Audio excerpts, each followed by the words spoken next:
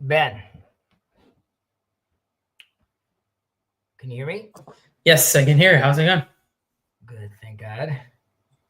I understand that you need to leave. Yeah. Thank you for making it earlier. Appreciate it. Sure, no problem. If one of my kids busts in, you'll excuse me for a moment, but I think they should all be accounted for. You had a good week? Yeah. It's been a good week. Yeah. Hopefully, I will be visiting Israel in November. So Ooh, amazing. So when you're here, please let me know. yeah, I'll let you know somewhere in early November, 5th to something.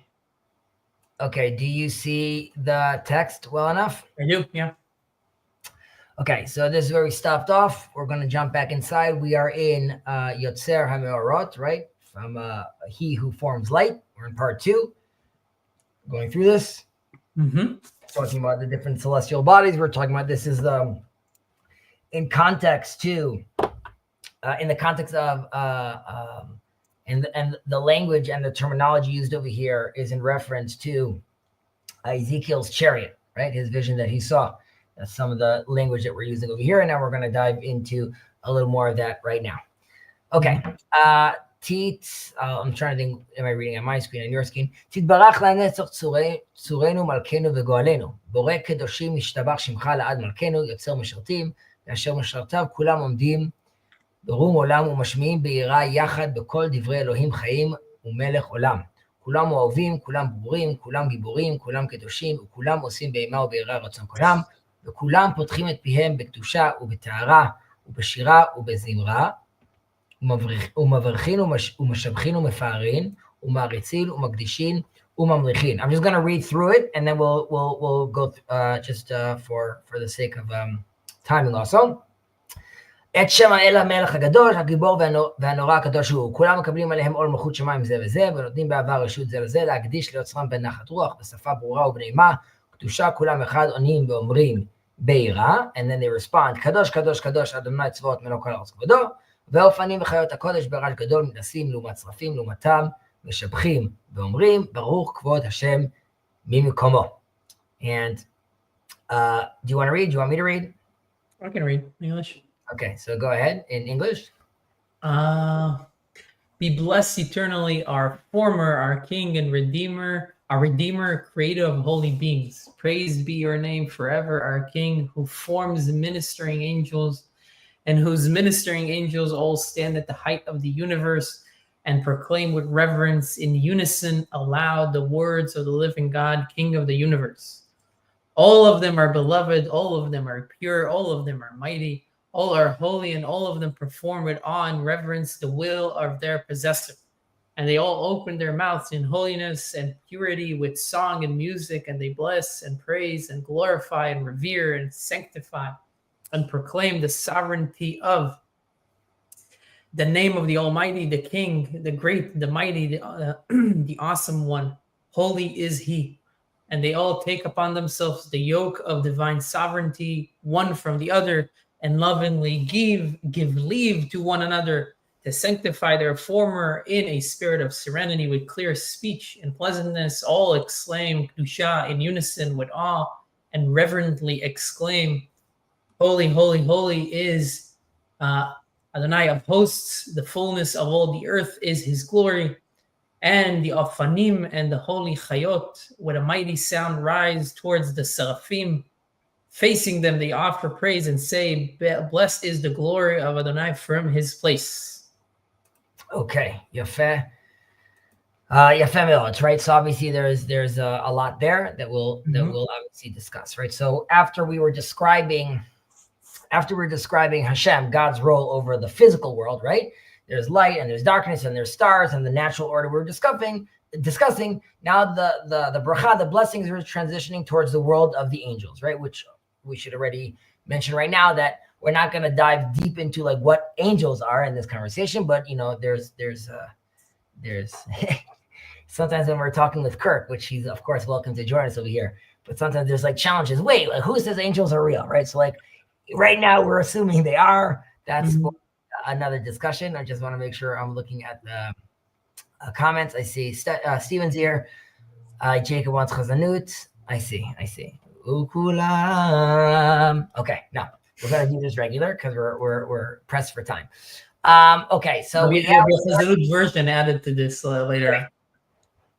But the worlds of the angels, right? When it says Yotzer Meshartim, right? Asher Meshartav Kulam Omdim Berum Olam, as we see over here, right? That he's creating these ministers. So we have to understand. Well, we have to understand. The Zohar teaches us that this phrase of Yotzer Meshartim, that he creates these minister angels, right? These are spiritual forces that serve Hashem, that serve God, right? And they're not, again, we could double click on this or triple click on this, but they're not autonomous beings with free will, right? They're more of emanations or expressions of Hashem, right? Or specific divine attributes or tasks that they have. Let's say in Kabbalistic terminology, like Michael would be chesed, kindness. That's what he would represent. And Gabriel would represent strength, judgment, right? Or there's different ways of looking at this: the right hand of God, the left hand of God, or Gvura. So there's different ways of understanding on that level those attributes. If keeping, we still have the great eagle, Maimonides, always hovering above us, right? So he would see, like Jacob fighting wrestling with the angel, right? He would say, Maimonides would say that he's wrestling like a vision. The Malbim would agree with this as well. Ralbag would agree with this as well. But it's a vision, right? That in that sense, the angel is representing like divine justice or like an internal struggle, not like actual physical being that Jacob is interacting with, but more these are expressions, or we said emanations of like different tasks or attributes that God has, right? So even in these upper worlds, right, we're still seeing over here this divine order, right? That's like, you would think we just saw it in the stars and we just saw it like in the cosmos, but no, even beyond that, even in the spiritual realms themselves, there's also a structure. And we're presented with these two distinct like angelic declarations. Okay, we have the Ophanim. We'll talk about that for a second. The Ophanim, again, feel free to double click on this, but the way it's described, right? It's like Ophanim, like a wheel within a wheel that has like full of eyes, and it could like look whichever direction without even needing to turn.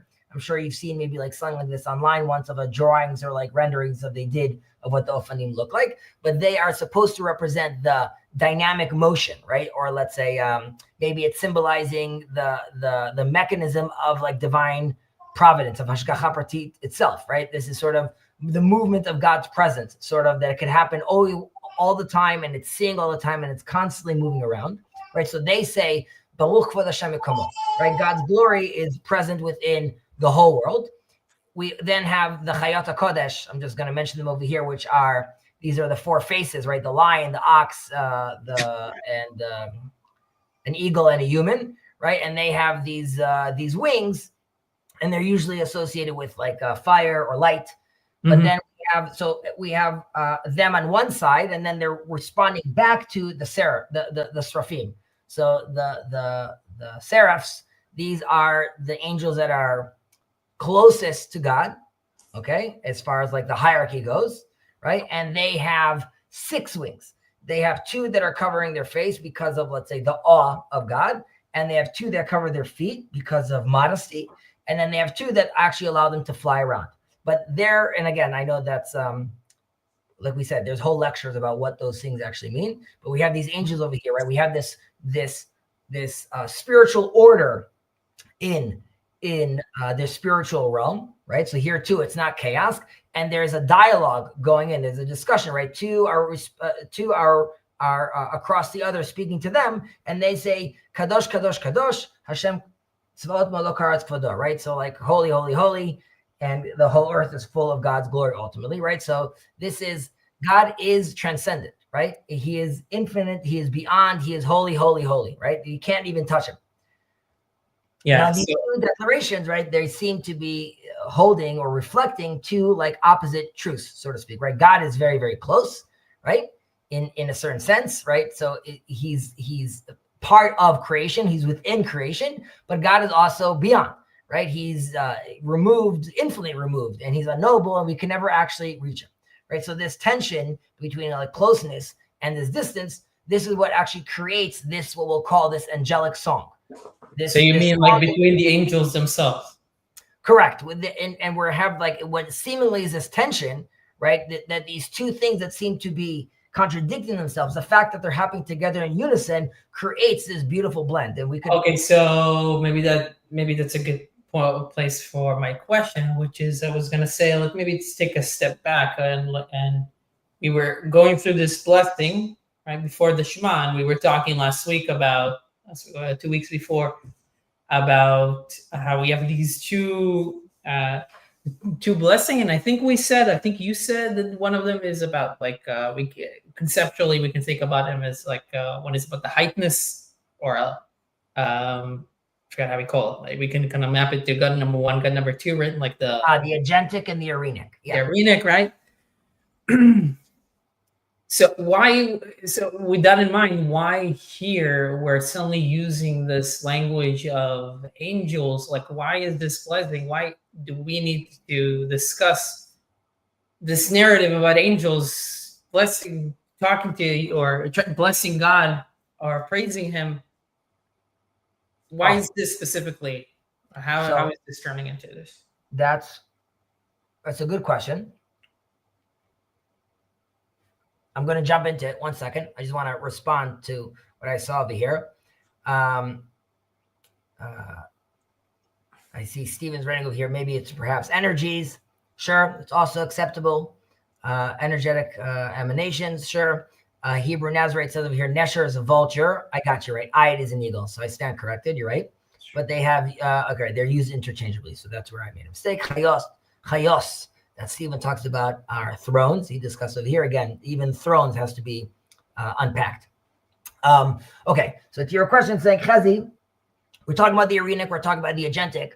What is this realm that we're even talking about right now? So first of all, this would fall still within the arenic, right? I'm looking around. I'm looking at the cosmos. I'm seeing all the stars. So I've made some order over there. But I'm aware once I'm looking up to the heavens, so to speak, right? Now we know that, God is everywhere, right? God isn't, like my daughter was saying, Hashem is in the sky. So we look at that as a metaphor that he's up there. So up there are also the spiritual realms. So we're also talking about these things as well. But the reason we're stressing this and we're stressing this tension, and I'll answer your question, because we say kulam ovim, kulam burim, right? They're all love, they're all clear, they're all mighty, right? So we're saying that even though we have like this tension, and yet, all of these perspectives are actually beloved and they're true, even though they're partial, right? So we're saying God is accepting all these different aspects right now. Now, each of these angles, right, is really like these seraphites, these seraphim, these chayot HaKodesh. Ultimately, they're single-dimensional beings, right? They can only express one of these truths at a time. So we are first. Or Ezekiel, or what we're referencing, we're alluding to is Ezekiel is seeing like these crazy stuff, and he's seeing these different angels and whatever they represent. And we're saying they're one of these truths, and we're seeing all these different truths are being sung, and we see this unity, right? This leads to us what your question is, why this relevant to us? Because we have an advantage, right, over the angels, right? Human beings, specifically ones who actually know how to pray, when we're talking about, how much you have to, mindset, the mindset needs to be proper and the orientation needs to be proper, but actually hold both of these truths simultaneously. That's what's so special about us and why we're reading this, because we're understanding the difference and the gift and the responsibility and the privilege we have to also pray. We recognize that even the order of the angelic beings in these divine realms, right, is also limited, as in all these voices are singing in unison, and this tension, each one is representing one thing, right? But can you scroll up just a little bit? Sure, of course. 1 second. Why is it freezing on me? Okay, right. Right, they're allowing this space to happen, and they all say this thing. They say Kadosh, Kadosh, Kadosh, which we're saying is one thing, right? It's Kadosh, Kadosh, Kadosh. On the other hand, Melo Kol Haaretz Kvodo, right? And we say, "V'afanim v'chayot hakodesh b'rash gadol minasim lu'matzrafim meshabchim v'omrim Baruch Kvod Adonai Mekomo." But we have to recognize for a second, we are actually saying this, right? We are actually praying these, and we're saying these words. Mm-hmm.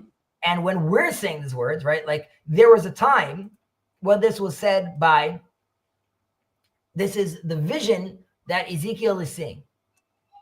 However, we incorporate this in our prayer because what Ezekiel is seeing and what we're explaining over here about all this beautiful song that's happening, that like all these different aspects of God and these attributes and these different singular truths all find like this harmony together. But each one has to be singing, and there has to be like this dance or this song, this choir that's going on. When the humans are saying this, we could hold this tension together. When we respond back, when we proclaim in Kedusha, Kadosh, Kadosh, Kadosh, right? We are acknowledging God's absolute otherness, right?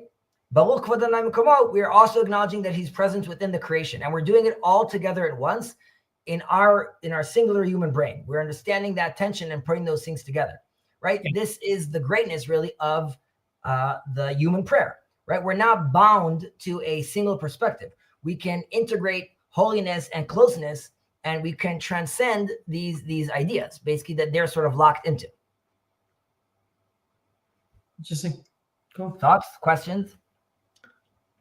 Can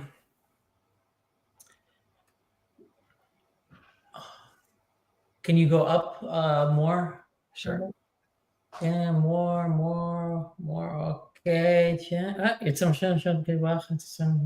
think, did we read this? That's what we started with. Right. כולם פותחים בבדיעה בקדושה ובטהרה, בשירה ובזמרה ומברכים, משבחים, מפארים, מעריצים, מדישים וממליכים. Okay, so it doesn't say here that they are praying. I was trying to see here. Like it doesn't say מתפללים. No, but פותחים את פיהם בקדושה ובטהרה ובשירה ובזמרה, that all together is, they're not praying, right? They are just expressing to God right now. Right. Yes, but you said, I mean, I think that kind of, it maybe lines up with what you're saying. I was curious to see if it says the word palal, like praying here, or like you say, all of this together. If you bring it together, it would correspond to what we call as praying, like doing all these things together and talking and giving and receiving and giving. As right, but we see over here, there's this whole, with the angels, there's this whole dynamic. One is saying, the other one's saying, they all, and each one of these aspects needs to be, and here, how do they say it over here? Right? They, and lovingly give leave to one another and sanctify them. Like, so there's this space that needs to happen because each one has to be doing his own representation. Right. Because it's unified, but they're fragmented as each one has to represent its own thing. When we're coming to pray, right, we're already bringing all these things together. We're saying, God, we recognize this and we recognize this. We recognize how far you are, but we also recognize how close you are. And because we recognize two of the things together, that allows us to call out your name in ways that the angels even can't do that, right? They all have to go through this whole process to be able to do that. We have the privilege to connect to God in a different way, a unified way. Okay. Okay. By the way, I just to make sure, I have like 40 more minutes. Great. Okay. Okay. Do you see the Siddur? I see. Yeah, it's moving. Le'el Baruch Neimot. Yeah. Le'el Baruch Neimot ניתנו למלך אל חי וקיים. זמירות יאמרו ותשבחות ישמיעו, כי הוא לבדו מרום וקדוש פועל גבורות, עושה חדשות, בעל מלחמות, זורק צדקות, מצמיח שמועות, בורא רפואות, נורא תהילות, אדון הנפלאות, המחדש בטובו בכל יום תמיד מעשה בראשית. It's an important sentence. כאמור, we spoke about it in the past. כאמור, לא עושה אורים גדולים, כי לעולם חסדו. והתקין מאורות משמח עולמו ברא, right? אור חדש על ציון תאיר, ונזכה כולנו במהרה לאורו, ברוך אתה אדוני, יוצר המאורות. That's a bit different that's the most different than from what I read usually, the ending there. What you first of all, this is Sfard, and you usually don't read this, והתקין מאורות משמח עולמו אשר ברא. Oh yeah, I think it's maybe ברוך אתה, right? Okay, And, so take it away. Sephardic. To the blessed Almighty, they offer pleasant melodies. To the King, the Almighty, who is living and enduring, they utter hymns and make praises heard. For he alone, exalted and holy, is the performer of mighty deeds, maker of new things, master of battles, sower of acts of righteousness, causer of deliverance to sprout forth, creator of cures. Awesome in praise, master of wonders, he renews in his goodness each day continuously the work of creation. As it is said, give thanks to him who makes the great luminaries, for his kindness is everlasting. And he fashioned the luminaries, bringing joy to the world. He created, shine a new light upon Zion, and may we all soon be privileged to enjoy its brightness. Blessed are you, Adonai, former of the luminaries. Very nice. And before getting to everlasting love, I'm just looking at the comments of here. They're singing the reverberation. What is this? Emanating into our existence from the tensions of their ever creational existence as per Hashem's creation as well. Okay, that's very nice as well. Yes, I like that idea that it's reverberating. And then is here, sorry, tension of their fragmented ever created existence. Correct. Very beautiful. This last portion. We'll get back to the angels again, and we'll when we speak about in Shema, we'll reference Rabbi Akiva at some point, I'm sure. Because that's where it makes most sense. But to our explanation over here. Okay, so here now we're transitioning in this section from the cosmic to the historical in a certain sense, right? So wait, so are you talking about the section we just read? I'm talking about the sections we just read. Yeah. Yeah. Do you want to scroll up to it? Just sorry. Thank you. In the Hebrew or in English? Well, yeah, we can do the English too. It's fine. Okay. So we're going to from this cosmic, we were everywhere. So now we're bringing it sort of back down into history in a certain sense. And we were going through universal systems right now, right? We went through Briat Olam, right? The creation of the world, and then went through the natural orders, and then we went into the angels world as well. Now this fourth domain is sort of like the really sort of like the holy history in a certain sense, which is like the unfolding of God in divine history, right? So unlike the nature of what we were talking about, like this angelic law, which operates in clear patterns, right? History is really unfolding through there's conflict and there's mystery, and we're in I like to say we're in a chronicle series today, right? We're clearly in unfolding and mysterious of times right now, full of conflict as well, right? So there's the human struggle as well inside this, and we have over here this idea where we're saying that how is it saying here in Hebrew that he's poel gevurot, he is exalted, performer of mighty deeds, maker of new things, master of battles, sower of acts of righteousness. So these are very interesting ideas, right? So the poel gevurot is, and which they call over here again, I want to just make sure I'm reading the right one. I don't know if I like their translation, but so he living enduring, for he alone exalted and holy is performer of mighty deeds. Okay, so this is really interpreted as this might is sort of Hashem's. We spoke about this in Ethics of Our Fathers, Ezehu Gibol, right? So this is sort of God is divine patience, right? So God is clearly, omnipotent, right? He can do anything he wants, but it doesn't manifest by rushing history to its conclusion, right? Why even build this world? Why are we just not at the end zone at the end, right? Instead, in his greatness, right, he is ultimately withholding the finality of the world, right? He's giving space for humans to grow, to choose, to fail, ultimately then to to rise up again and try again. And like I said, what we mentioned in Pirkei Avot, which is Ezu Ashira Koveshet Gibro, right? Who is mighty or who is strong? One who conquers his own his inclinations or his own impulses, right? So so too, God is sort of conquering his ability to bring immediate redemption.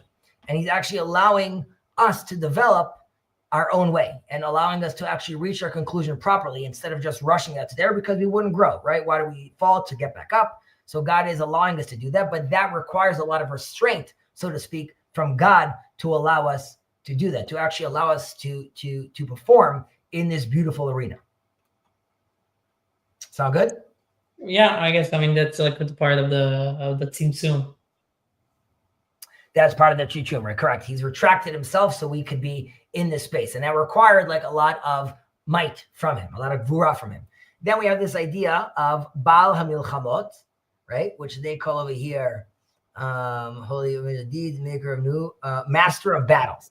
Okay, so here too, this is again sort of like master battles, sort of in history.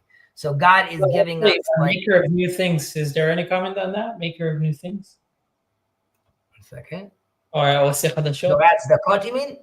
Sorry, No, Oseh Hadashot. 1 second. How's this thing over here? And creative perform. Well, the maker of new things. I'm going to reference this in Mechadesh B'chol Yom Ma'aseh Bereshit. Okay. So we're going to get back to that. But where were we? We were on the Milchamot, right? Okay. So with regards to God and battles, so here is again. So he's like the master of wars. What does that mean? That he is, he's leading the world within human conflict and resolution, right? Through this, we could see that like he is,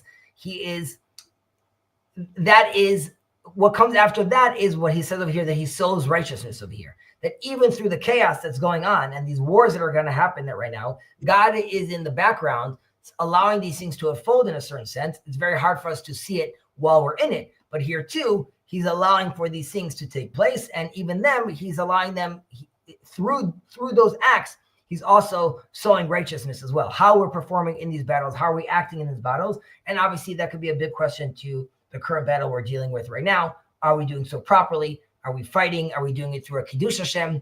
So these are, and it's not going by the values necessarily that the UN has, but we have to ask ourselves, like, are we actually performing these things properly, right? It's while God of course is involved, like we just said earlier, he's allowing us to manifest these things as well, right? So when sorry, go ahead.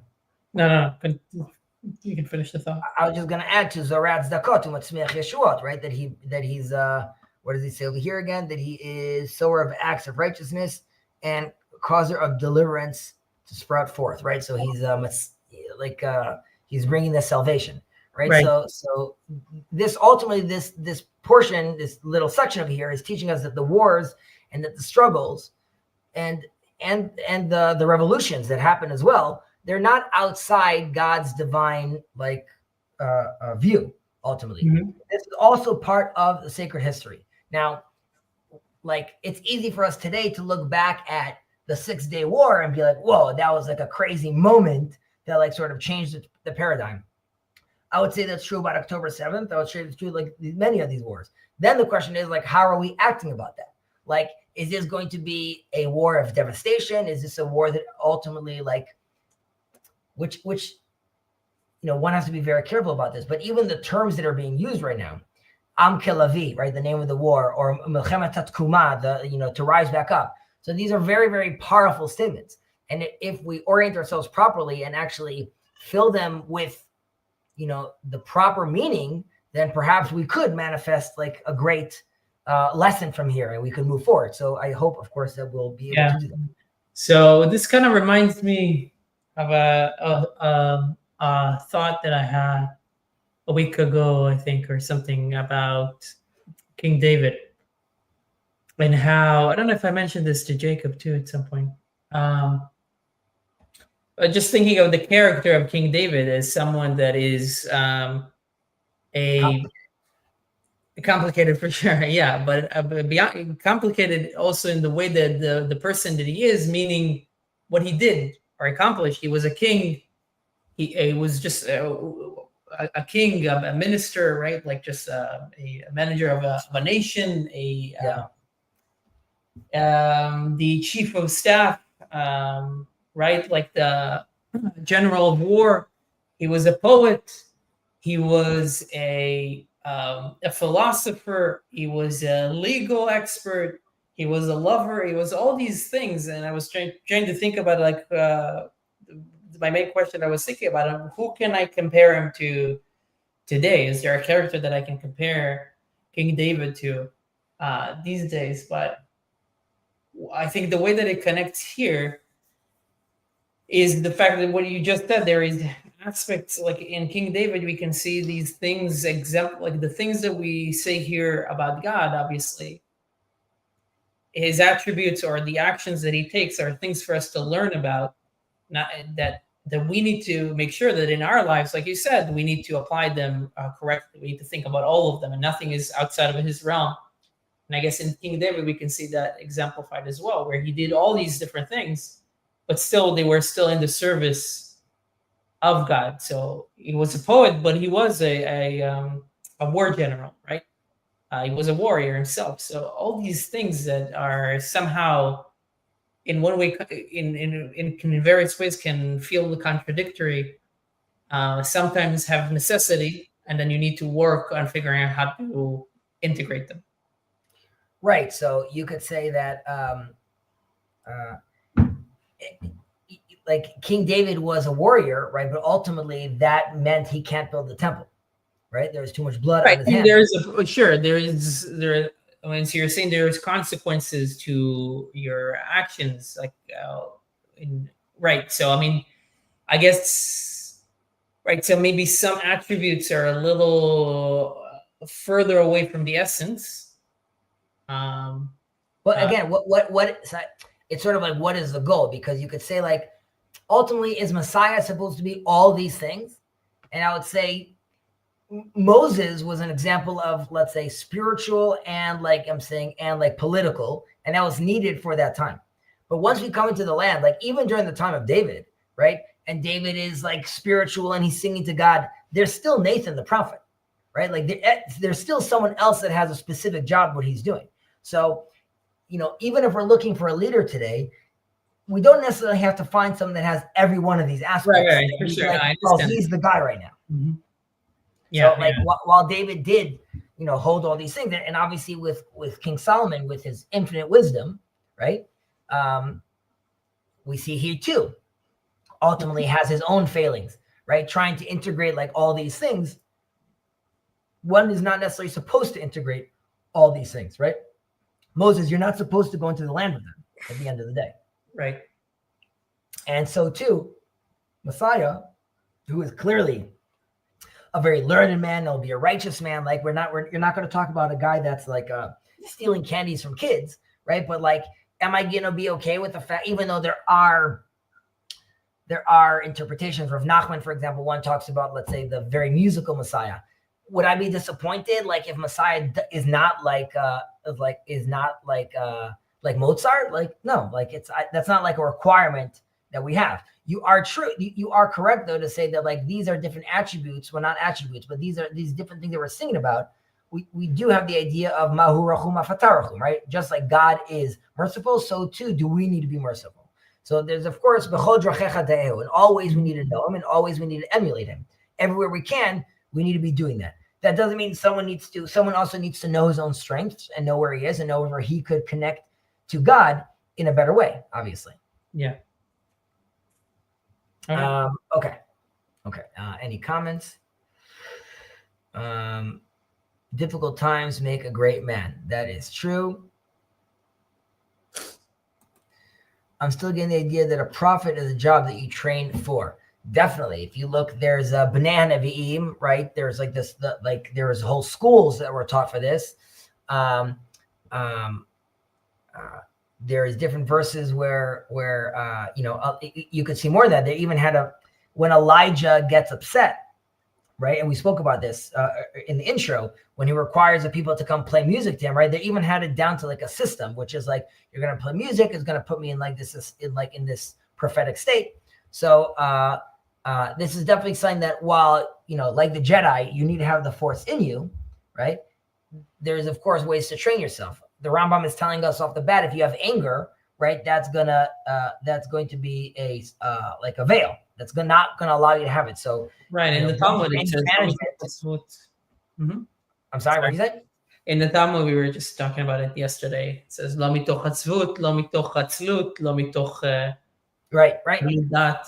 Right. So not from sadness, not from being lazy, not from being lightheaded. Well, yeah.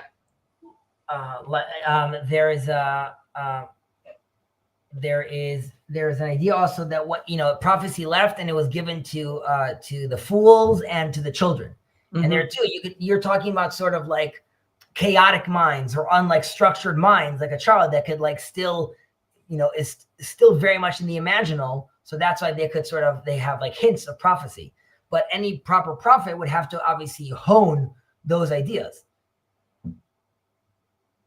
Right? I mean, we spoke about this. That's the greatness of Moses, right? At the end of the day, even when Ezekiel's talking about that's because he is using his imagination to construct the things that he's seeing, right? Yeah. Moses realizes, I don't know what I'm seeing. That his greatness is to get into a point where he doesn't know, he knows that he can't know more than this, right? So like, Moses doesn't give a description of I saw a man with wings and things like that, because Moses is seeing something much more abstract than that. And he knows that like, I don't even necessarily have the words to explain the thing I'm seeing, but really that is like an even higher, level sort of understanding God.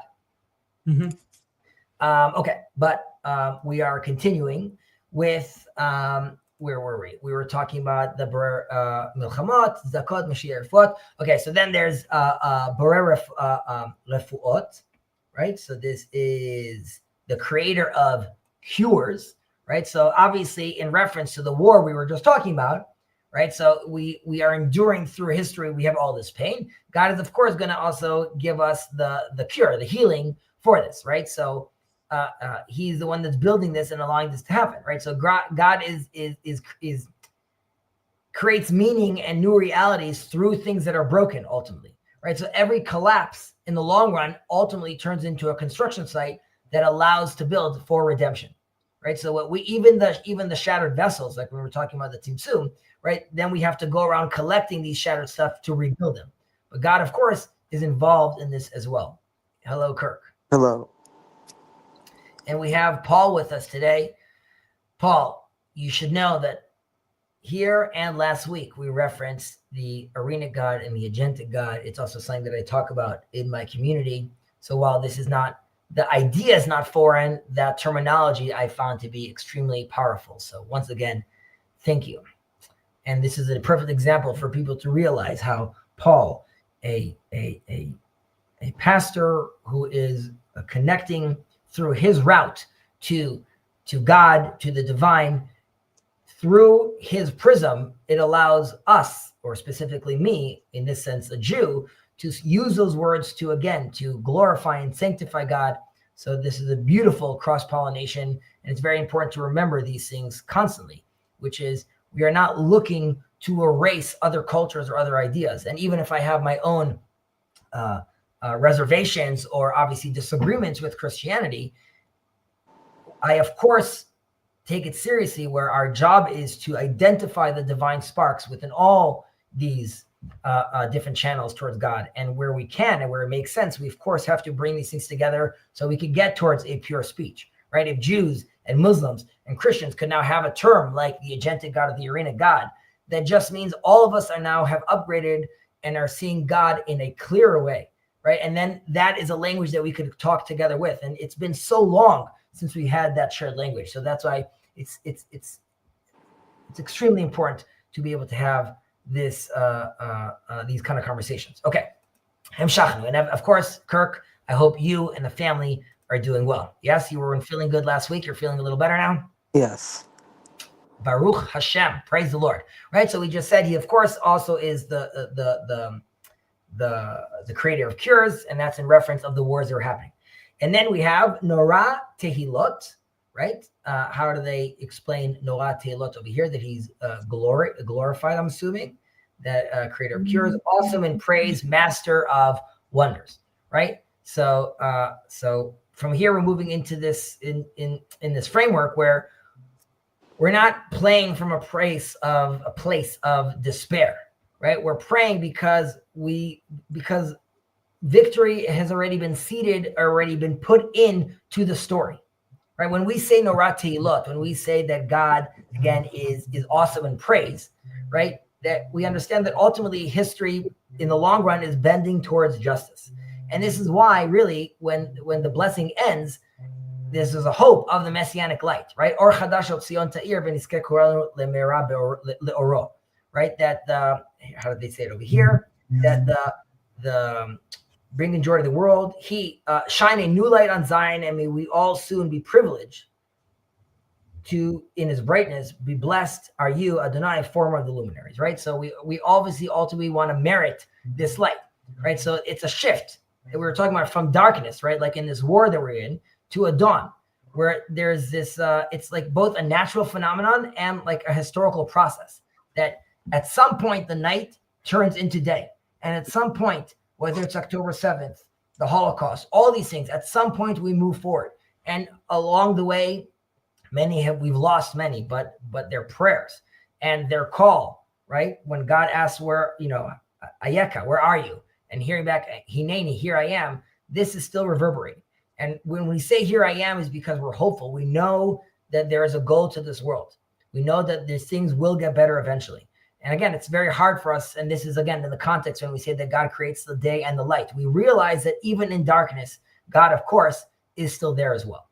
So that's beautiful. And I like this idea of, again, showing the progression, which you will probably see, which you will talk about again when it comes to the Tefillah, the prayer itself. Actually, there is something, maybe we want to touch about it later, but I feel like there's something that we missed, or maybe will merit some discussion at the beginning of this verse, which is, well, scroll back up. It says, everlasting love.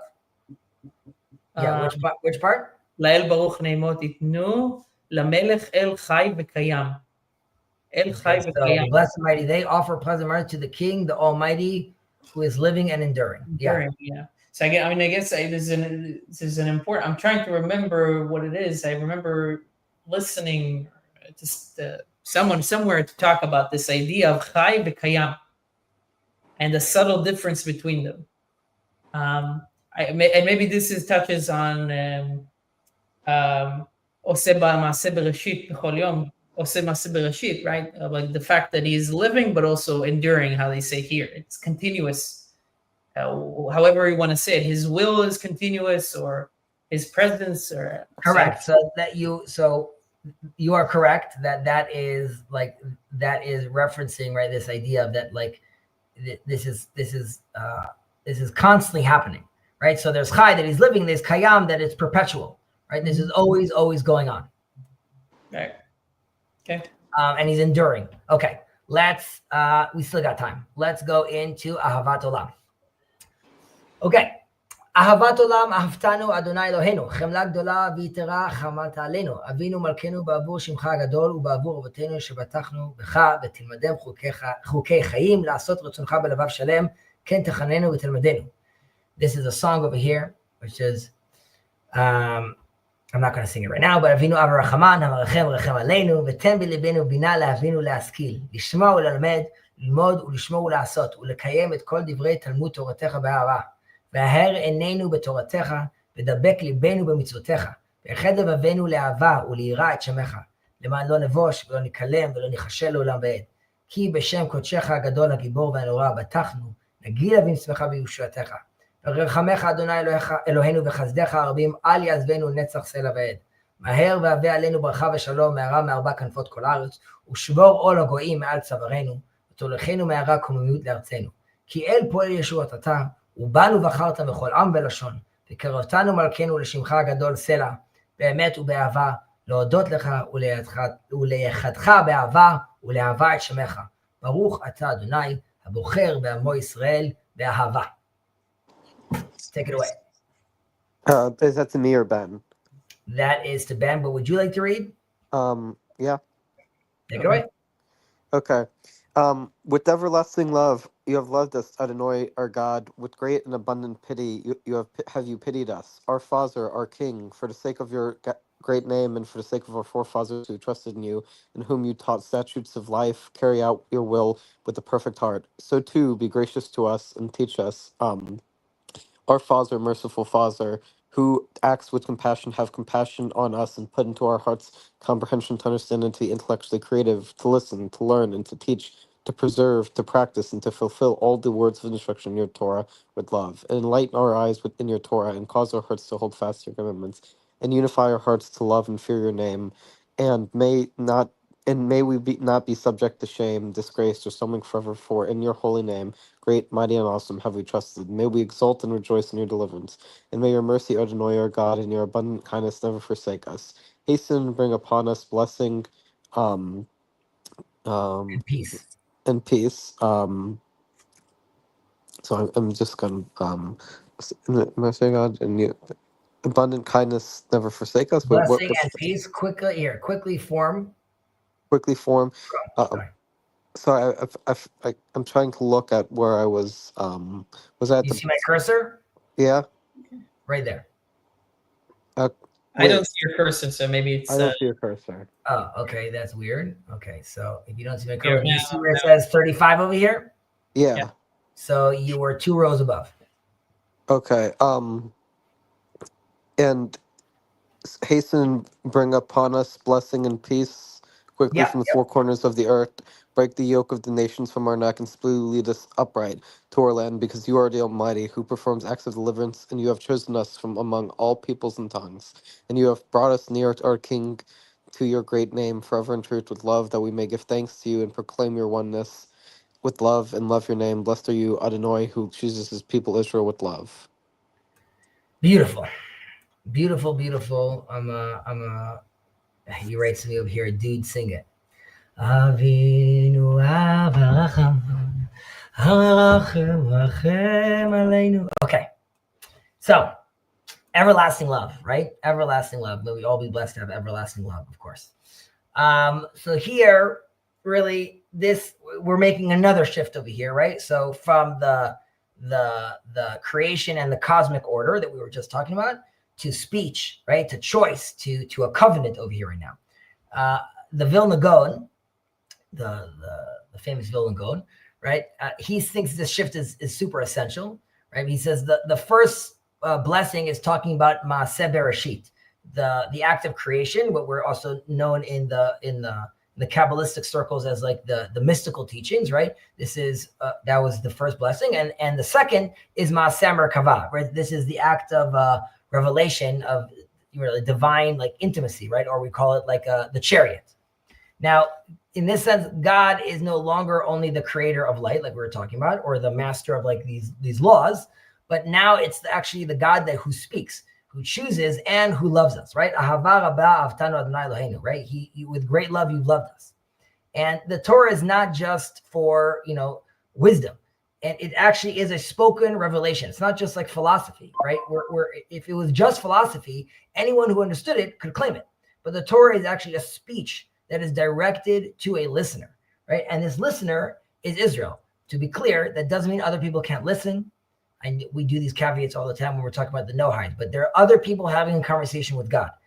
As a nation, as a people, we believe that we are being spoken to. And this is also why the Torah is oral, right? It requires a relationship between a speaker and a receiver. It's not just like I'm just giving you a philosophy that you need to be dealing with. And that's why this is a lot more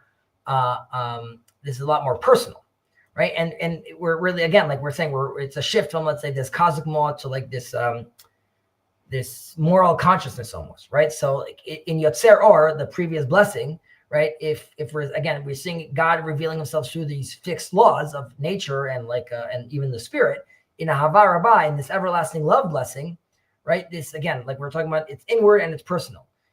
We're talking about this moral awareness, and we're talking about free will, and we're talking about the human soul over here. And this is a new kind of a divine knowledge, right? That this is not impersonal and mechanical, which is like, I understand like the angels, and I understand like the stars and gravity, but this is relational, and this is like ethical in that sense. Yeah. Right? Would Please you go ahead. say? So did you watch that it was several months ago, or I don't know how many months. It was months ago by now. But that interview between Jordan Peterson and Joe Rogan, that happened a couple months ago. No, it's been a long time since I seen like a Jordan Peterson thing. Like I think we've extracted all the divine sparks. He's still a great individual. I just don't know if he's like shooting out new material though. Well, that's fine. But basically, on that Jordan Peterson interview with Joe Rogan, he mentioned this idea. And he mentioned how Jean Piaget influenced his view of psychology. This idea of play being basically essential to constructing knowledge. But basically, this kind of reminds me of his point in the interview, because he was saying that basically Piaget observed that when children construct their knowledge, they don't simply passively receive knowledge from instruction, but they actively construct it through play, and that involves like intersubjective agreement and toleration. And so it seems like it's more like it's about like activity and like having a relation as opposed to like passive observation, basically. So first of all, thank you for that insight. That was very good. Yes, Piaget does talk about how, like, from the age of 4, the kids are really socializing themselves at that point, and I think that's a very relevant point to Right, mention. it's participatory more than it is propositional. Maybe that gets It's one of the P's. activated later on, where you can do the propositional a bit more. Right. So I mean, fundamentally, there's this tension in human understanding, right? Like, there's like these two different errors. I mean, there could be more that we fall into, but there's one which is like, we could see ourselves as just like clever animals, right? And we ultimately like are reducing God to like this impersonal force, right? Or we could look at all reality into like many different personal gods, and then we actually then lose that sort of like in Avodah Zarah, right? In idolatry, we sort of lose the unity at that point, right? When we're like seeing like all these things all represent God in their own different way, right? So the Torah, and through Moses, and of course the prophets, ultimately are teaching us that these are not contradictions, right? God in nature is the same as the God of consciousness and choice. The God number 1 and God number 2 are the same. The Arenic and the Agentic are the same ultimately. And we of course, the Kabbalistic view is, or the commentary on this would be that this ahava, this love, is really this divine flow. Some people have heard me mention this in the past, which is Oraita ve'Kodesh Baruch Hu ve'Yisrael chadhu. This is the Torah and the Holy One and Israel are all one. You could see how this could get also to an idea of like where Christians might have played around with this idea as well, right? This is quite of like a potentially a controversial statement that all these things are ultimately one, right? And like you see over here 3 different aspects, right? Like the Torah and God and the people of Israel are all this one thing right now. But the love mentioned in Ahava Rabbah, right, is really this flow from God's light, right, or the sphera, in the tree of life of love and kindness, of chesed or grace, and it's coming down into us. And the Torah is this spiritual channel that is binding between the upper and the lower worlds. And we spoke about this in the past, Ben, but there's the famous verse of Ubanuli mishkan v'shachanti b'tocham, right? They built me a tabernacle, and I rested within them, right? So there's this contradiction over here. The tabernacle is a singular thing I'm building. Why then why is God dwelling in the plural, right?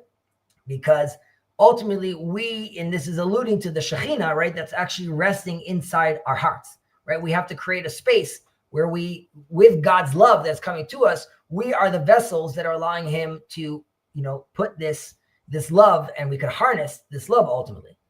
Mm-hmm.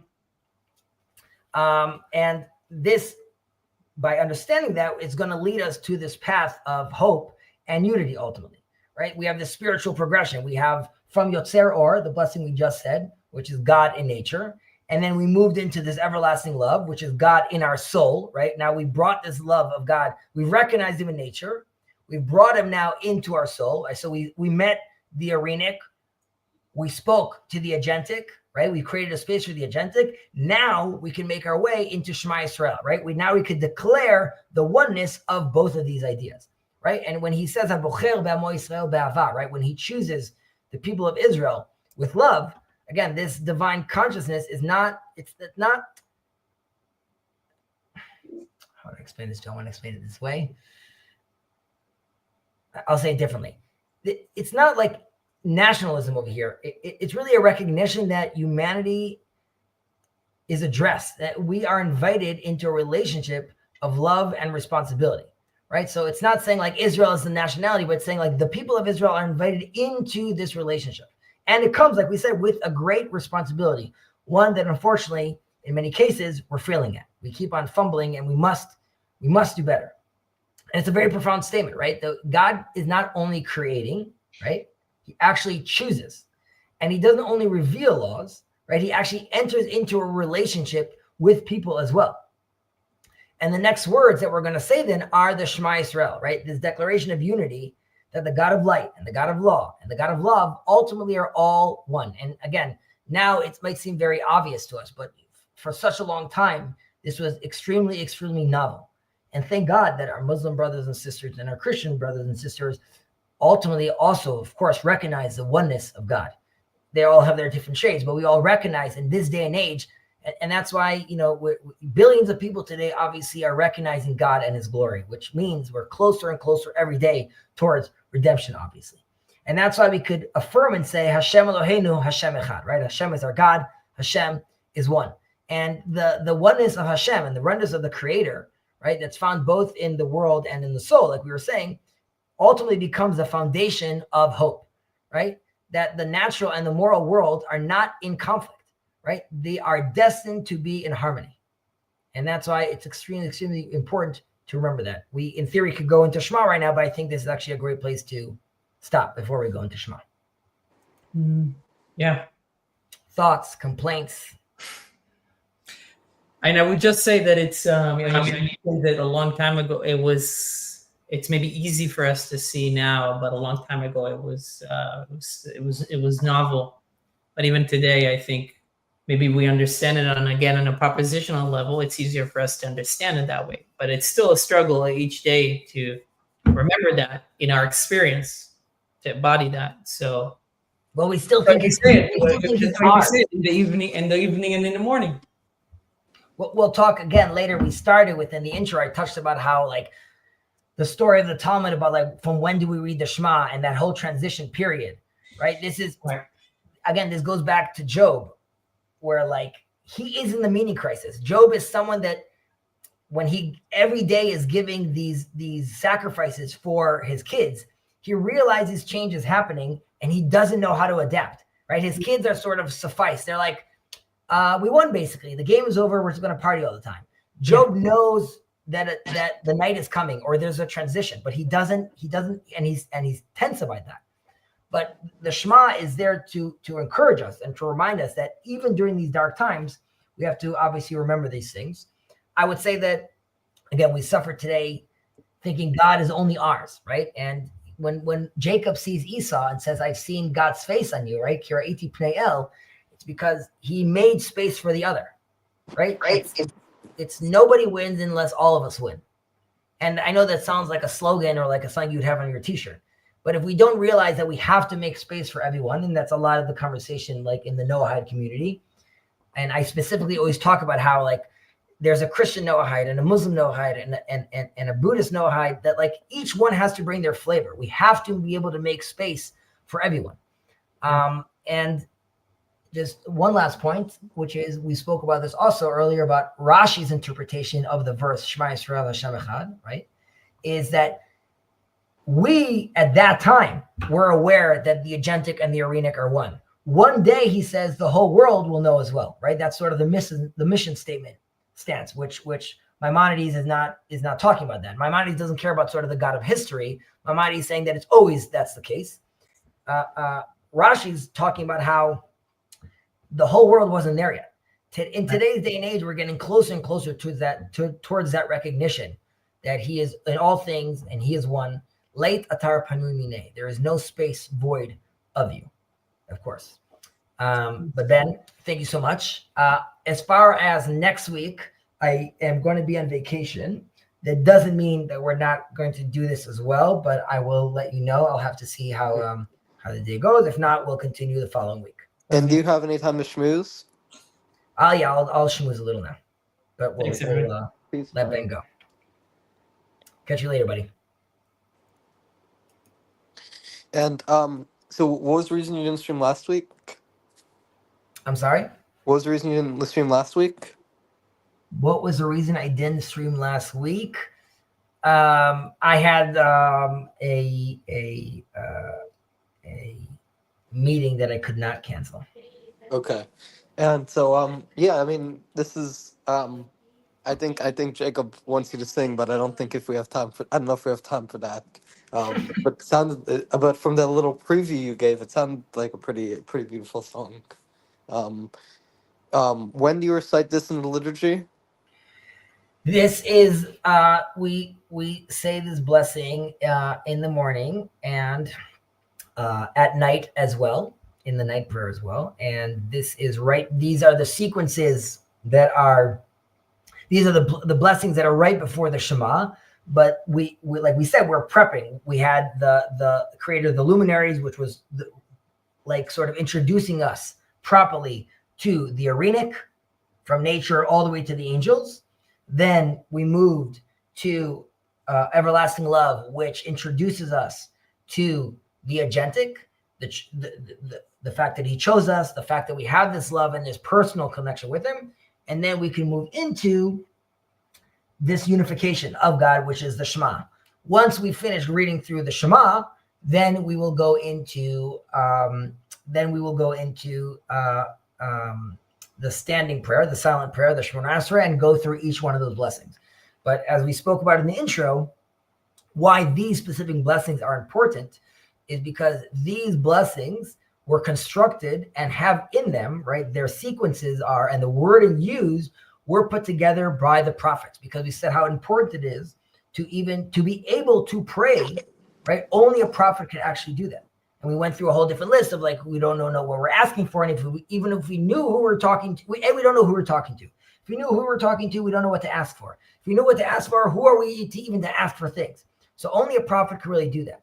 And we explained how these specific prayers were constructed by the prophets. And that's why by participating in them properly, and which requires a lot of thought, at the best case scenario, we could tap into a prophetic mold and potentially have a more aligned and oriented relationship with God. Yeah. Most of the prayer is then added with there are other elements of learning Torah. There are other stuff that are praise, but they're not actually prayer. Yeah. And out of curiosity, did you watch the video I had sent in Discord, I think a couple weeks ago? No, I did not watch it yet. I'm sorry, Kirk. Really, That's okay. truly, I am. That's okay. Tell me about it a little. Well, so basically, the reason I linked the video was because you talk a lot about this idea of like history, and so basically it's from the secular Israeli. I'll tell you it, but like it should be noted, it's like I'm pretty sure it's around an hour long, so it's I'm not gonna be able to summarize everything, but the TLDR of the video and the reason I linked it is because it talks about his perspective as someone who's influenced by postmodern philosophy, that basically the idea that you can claim some sort of teleological understanding of history where history will lean towards justice or lean towards goodness is wrong, and that basically like he just basically gives a critique of the idea that there's some transcendent source of value or transcendent teleology to history. But like the arguments he makes in the video, or I I mean I could provide some of the basic ones, but like I'm not gonna be able to provide all of it in a couple minutes while we have to schmooze. Right. Nor am I going to like go into a whole list of like, refuting those things. Like, okay, he could feel free to live his nihilistic life and feel like it's all nothing. He's not well. He's to be fair, he's not a nihilist.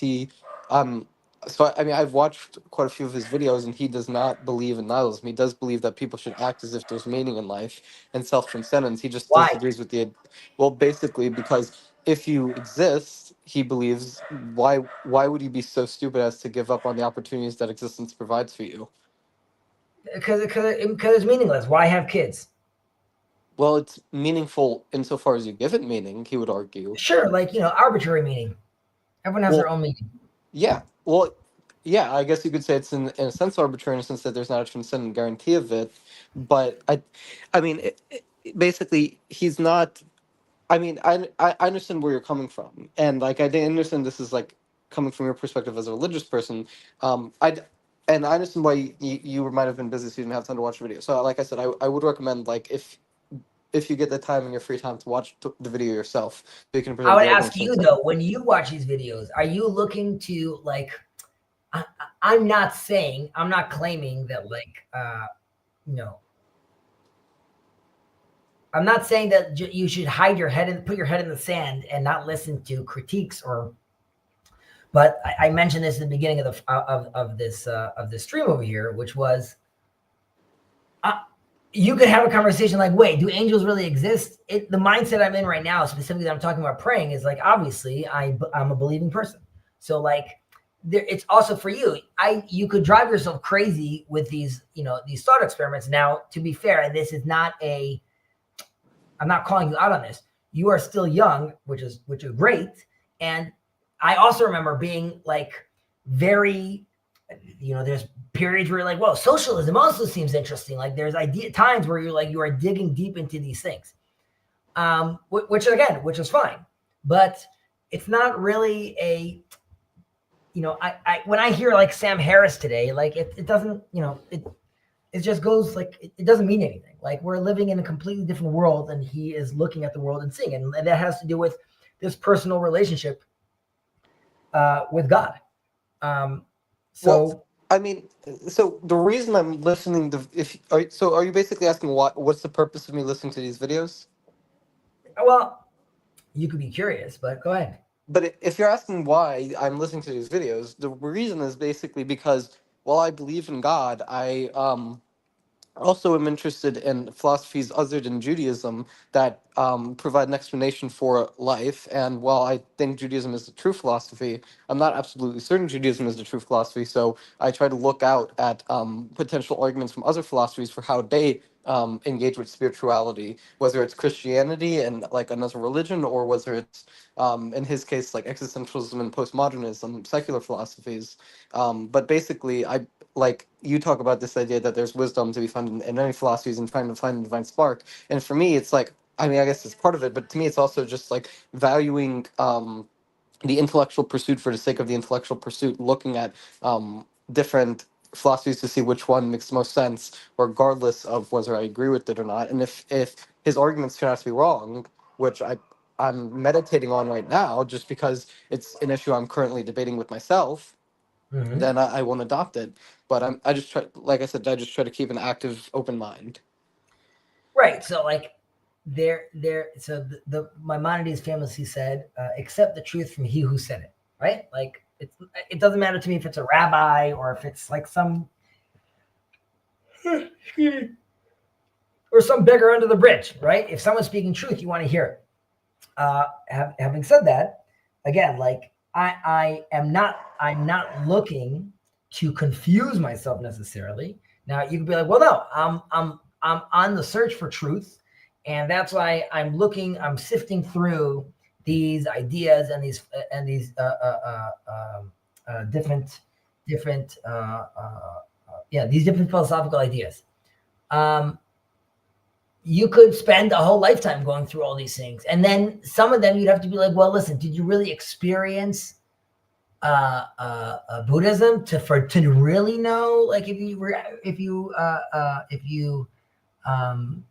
agree or disagree with these ideas? Now, you also have to live a life. Again, like you are allowed to be in a journey. You are just making it difficult for yourself. And again, that doesn't mean, I'm not saying, oh, I should just give up and go on one of these because every time I look, I'm causing more tension or more stress for myself. If you feel like you could handle that, then that's fine.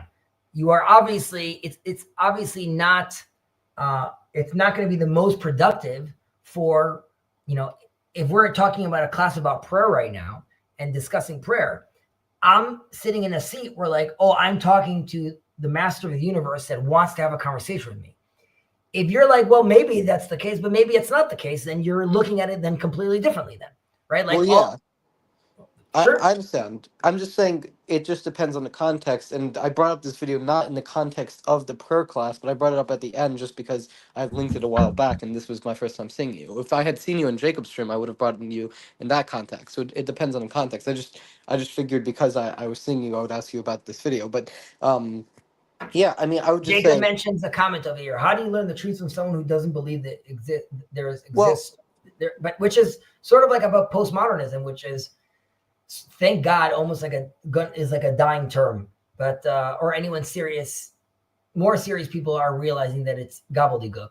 However, like the divine spark over there is like in let's say the mystical traditions, like understanding that certain terms can be broken down for us to re-engage, to better understand new terms. So there's elements over there that I can understand, but it's also there's complete nonsense over there. Now, tons of ink has been spilled on these ideas, talking about these ideas. Maybe the cannibal really it's okay for him to eat his son because, like, who are we to judge?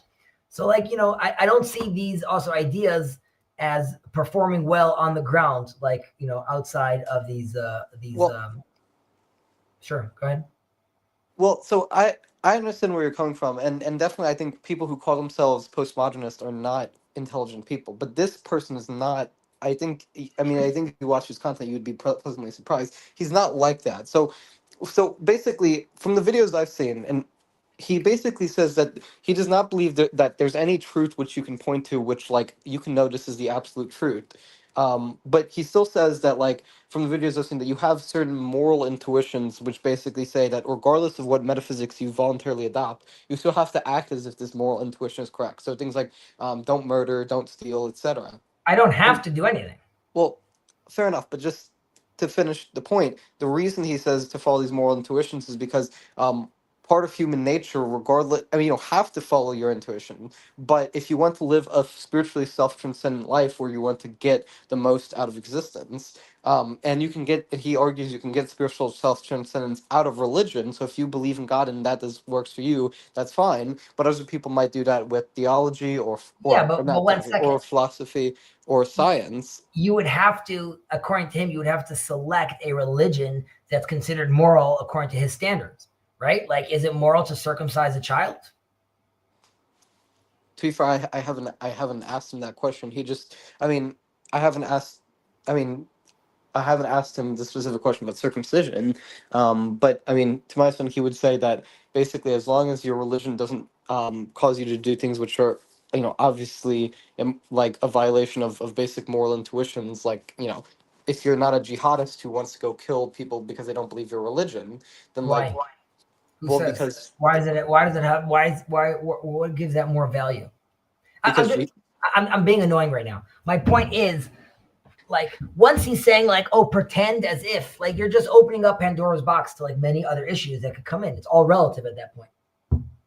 Well, I don't think it's relative only in the sense that the metaphysics you adopt according to him are relative because you can't prove metaphysics in his view, but it's not relative in the sense that there's no basic ethical intuitions you can point to determine which metaphysics are out.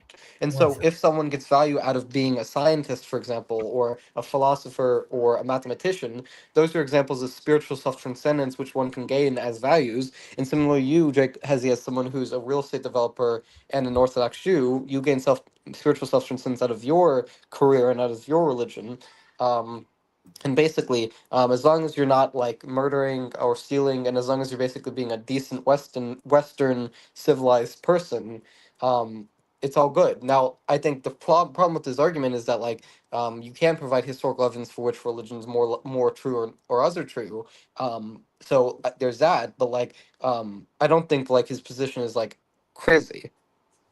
Okay, we read this week. Can you see the screen? Yeah, you have This isn't Deuteronomy. Read this. you have but to inquire about bygone ages that came before you, ever since God created humankind on earth from one end of heaven to the other. Has anything as grand as has ever happened, has its like ever been now? Ever Has been? any Has any ever been people now? heard the voice of God speaking out of the fire as you have and survived? Or has any deity ventured to go and take one nation from the midst of another Okay, you see, you're with me. Yeah, Okay, so I think I see where this is going. okay, so we also in our tradition we also look at a shall not let me inquire about bygone ages, but also in the future. When it, like you would ask like Moses, like is like even if someone was writing the Bible, isn't that like aren't you taking a really big risk? Why would you expose yourself that way? Don't like open yourself up for challenges like Jacob Blake's doing like this $5,000 challenge. Like, wouldn't that be risky for him to do? Like here too, like wouldn't it be risky for the author of the Bible, Jacob Jr., Jacob Sr.? I meant our Jacob, but wouldn't Jacob it be Jr.? nuts? I meant when Jacob talks about his $5,000 bet that he wants to do with Christians, saying he says it very confidently. Why would he want to lose that money? Here, okay. I'll give an example here. When the author of the Bible is writing it, assuming it's not divine, isn't that like such a crazy claim? Like, I don't know. There's a lot of different religions. Who knows what's going to be? And yet, we've heard about Mormons. We've heard about many different things. Put aside Christianity and Islam, right? That affirm this as well, right? Throughout all these years, right? Thousands of years later, no one, we have planes, we went to the moon. There's not another Sinai story. There's not another there isn't another story like this. And one has to wonder, like, what is that? What is this claim? What are we looking at over here that God feels so confident putting this inside? And yet we see today, thousands of years later, there's not another story like this. You don't have a story of this mass revelation. You don't have the story of these prophecies coming true again in our days. So to me, again, and other philosophical arguments, but to me, looking at this affirms my belief and where I'm standing. And again, I'm living these biblical words in the places I live and the things I do day to day. So it's very hard for me to read this and be like, oh man, this is just an idea. This is what he thought. Now, I'm open to say, that there's wiggle room, like on the lines, like, we still have to figure out our relationship with the Christians and what does it mean about the Muslims? But they're all pointing towards one thing, one story. And even the changes that they played around with, there's this fundamental story that they all feel connected to. So yeah, definitely. To me, so again, and this is not trying to convince you, but when you say even words like, oh, definitely, you don't actually mean definitely, because if you meant definitely, right, it's I talk about this all the time. We're living in a world today where the word literally also means figuratively. Definitely means like, oh, you understand what I'm saying over here, and being like, I'm not refuting this right now. Now, obviously, it's okay to have doubt, and like again, we were talking about like even Moses's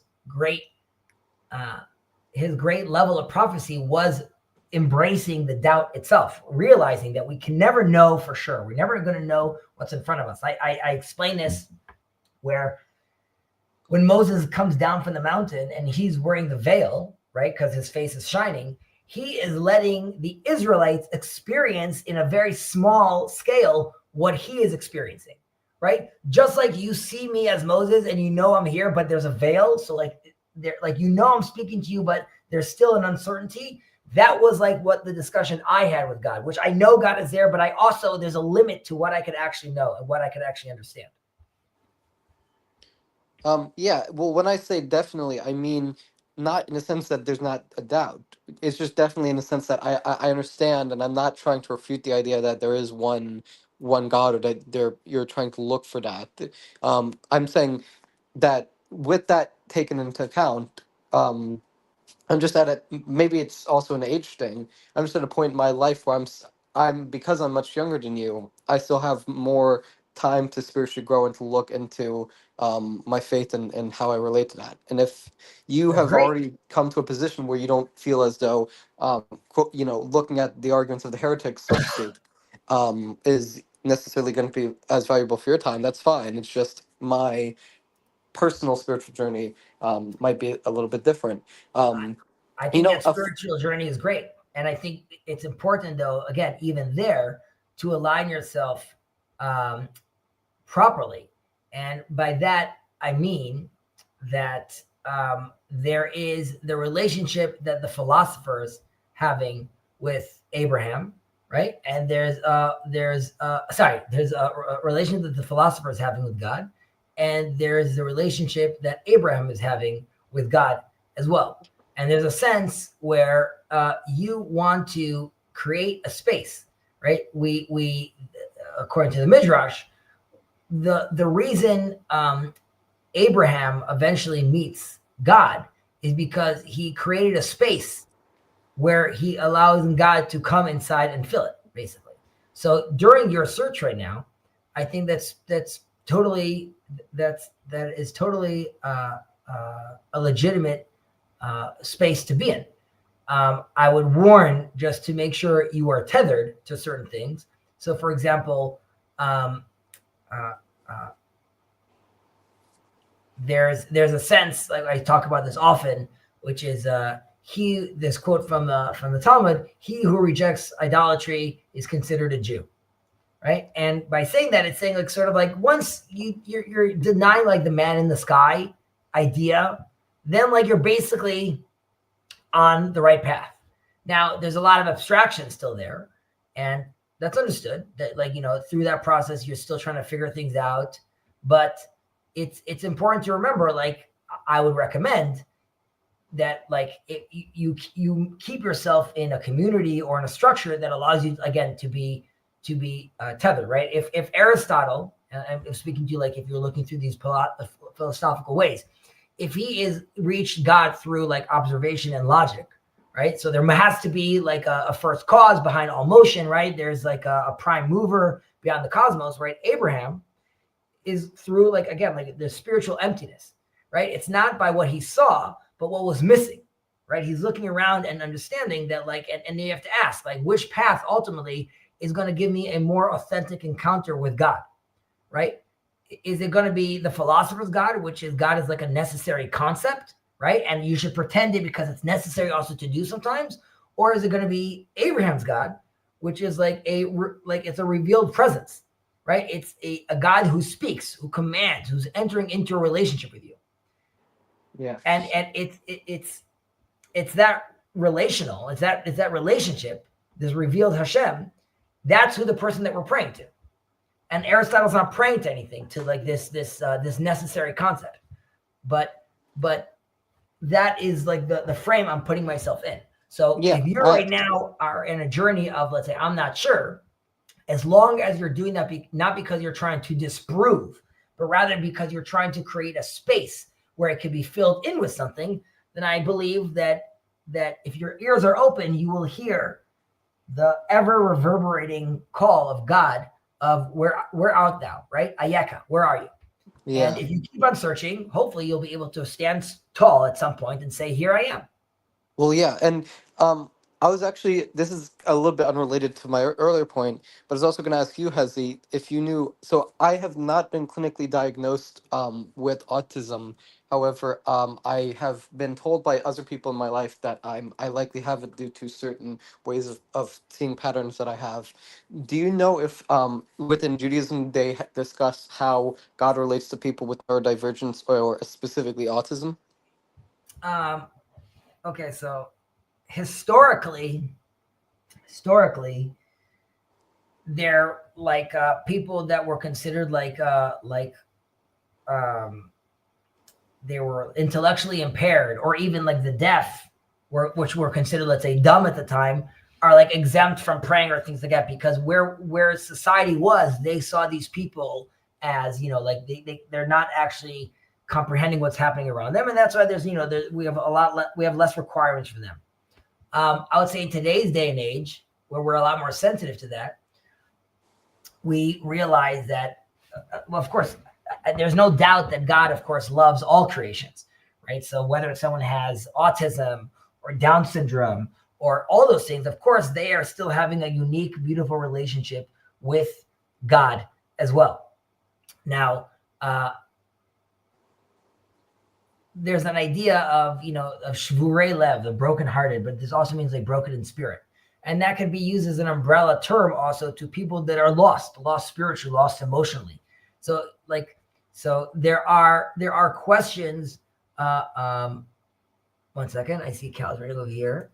most autistic people, deaf, don't fall under Cheresh or Teve Katan. Correct. I know, but I was just, when I was mentioning Cheresh or Teve Katan, Cal is referencing like a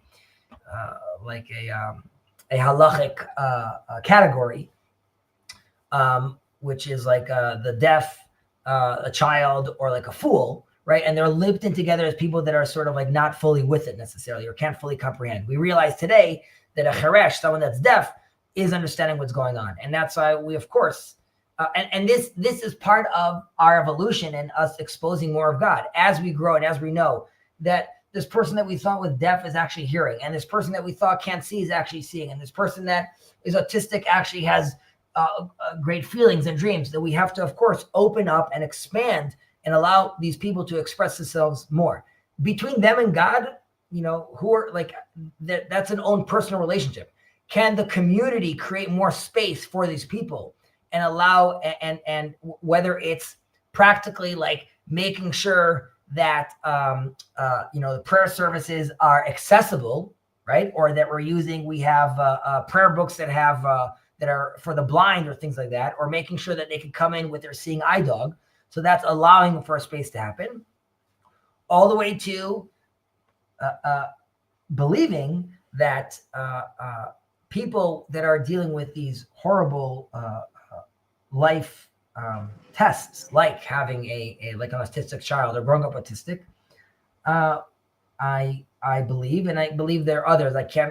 Not off the top of my head, can I quote them for you right now? It's just not a field that like I've dug in deeply into. But I believe some of them also see them as in elevated,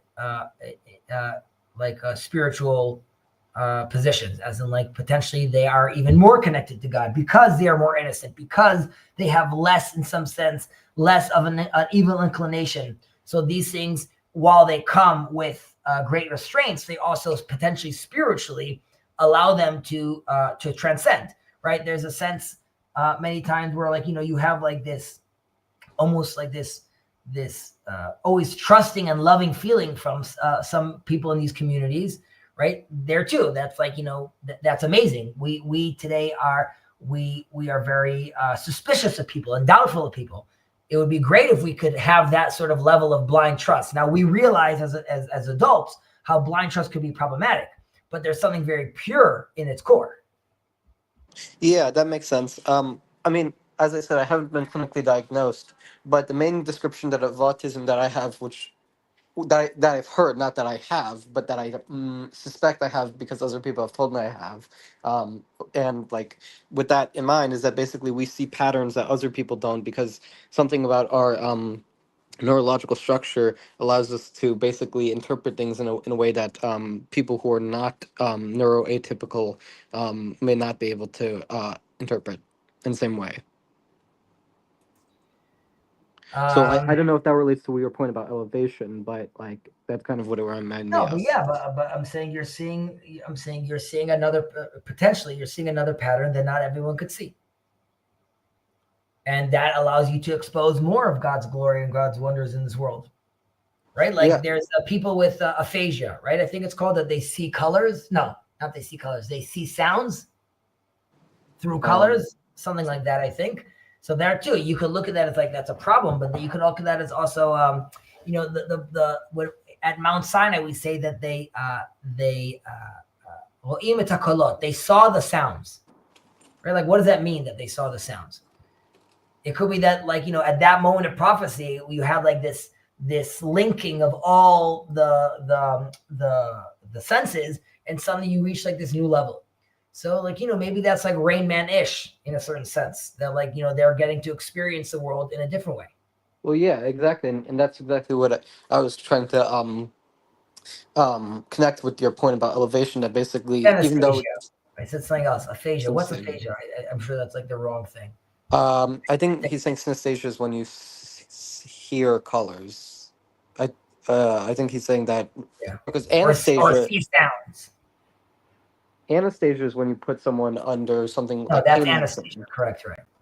And synesthesia, I think I think he's saying is the thing that where you see colors or hear colors or whatever. Yeah, I was just saying that basically. Yeah, that sounds like it's kind of there, even though it's considered like a disability. And like this is going to sound very postmodern, but like I think this is not a crazy idea that you can conceptualize it as a different ability instead, because the ability to see patterns in a certain way can be useful in other respects, even if it's in other respects a disability. So part of it's you like sort of I guess you could say. I mean, you could say it's a postmodern conceptualization, but I believe it's a plausible conceptualization. I hear you. I'm just gonna comment. Aphasia is when, like, there is you're having an impaired ability to comprehend like language and things like that. The reason that's on my head, unfortunately, my partner, his dad was in a very serious car accident a year and a half ago. Thank God he's doing better right now, but he has aphasia. There you go, communication disorder. But that's the word that was on top of my mind. Thank you again for illuminating for us, Scott. All right. Any other? First of all, open to anyone else that wants to join inside for a few more No, minutes. I mean the only other thing is the only I mean so yeah, they just basically just that you can conceptualize it as like you can reveal more of God's will through this seeming disability, right? So all things are for the good eventually. Um, and then the only other thing I was thinking of was Rosh Hashanah and Yom Kippur coming up um, relatively soon, right? Yep. In a couple months. When's Rosh Hashanah and Yom Kippur? Rosh Hashanah, the English date is going to be the 22nd of September. Okay, so that's going to be a little bit after Month my and a birthday. half. Yeah, my birthday is September 16th, so it's going to be a little bit Yeah, after and the my 2nd of October is Yom Kippur. And then Yeah. that leads us into Sukkot and Simchat Torah, which would mark 2 years to October 7th. Are you excited for the upcoming Rosh Hashanah and Yom Kippur? And one of the things that remind me of Rosh Hashanah and Yom Kippur, both because they're coming up soon and also because, like I was saying about like seeing different things and having this different ability to see things, is that as someone who, like I said, I've suspected I have autism. Sometimes I get in a Rosh Hashanah Yom Kippur service sense kind of a sensory overload, if that makes sense. You were saying like in the prayer hall in the synagogue, you get like Yes. that's Well, so like when I'm, especially because like I usually have fasted on Yom Kippur. Like when I'm in the middle of a Rosh Hashanah Yom Kippur service, especially Yom Kippur service, sometimes I get what I interpret as like a sensory overload, if that makes sense, which I've heard is something that autistic people have. well. I'll just let you know to give yourself a break. Specifically at Yom Kippur, the most important thing is the fast, more so than the praying itself. And that's why the rabbis say that if it's between, like, let's say you're going to say like, listen, I'm so weak because of this fast, I'm not going to be able to pray. And you would think like, oh, then don't fast so you could pray. Our sages say, no, fast. Go home, sleep all day if you need to. Don't break the fast, because feeling that, and I would even say more, you could take that sensory overload and redirect it towards God, in the sense of being like that overwhelming feeling you have. There can be a sense of being like, oh no, but then for a second, try to tell yourself,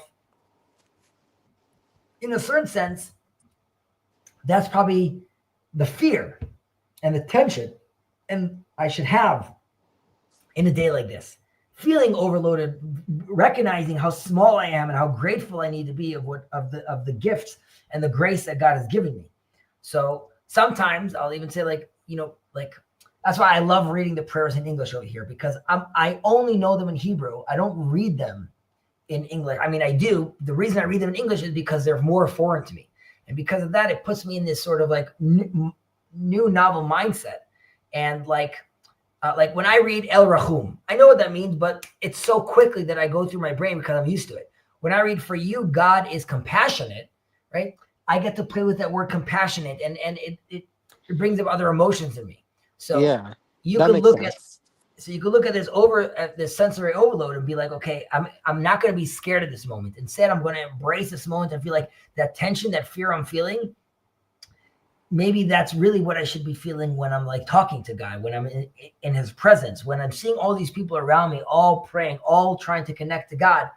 There's something terrifying about that in a certain sense. So don't let, you should redirect your own, again, if one can, that own fear, if you can. Obviously, if you feel like it's overwhelming and it's distracting you, then leave.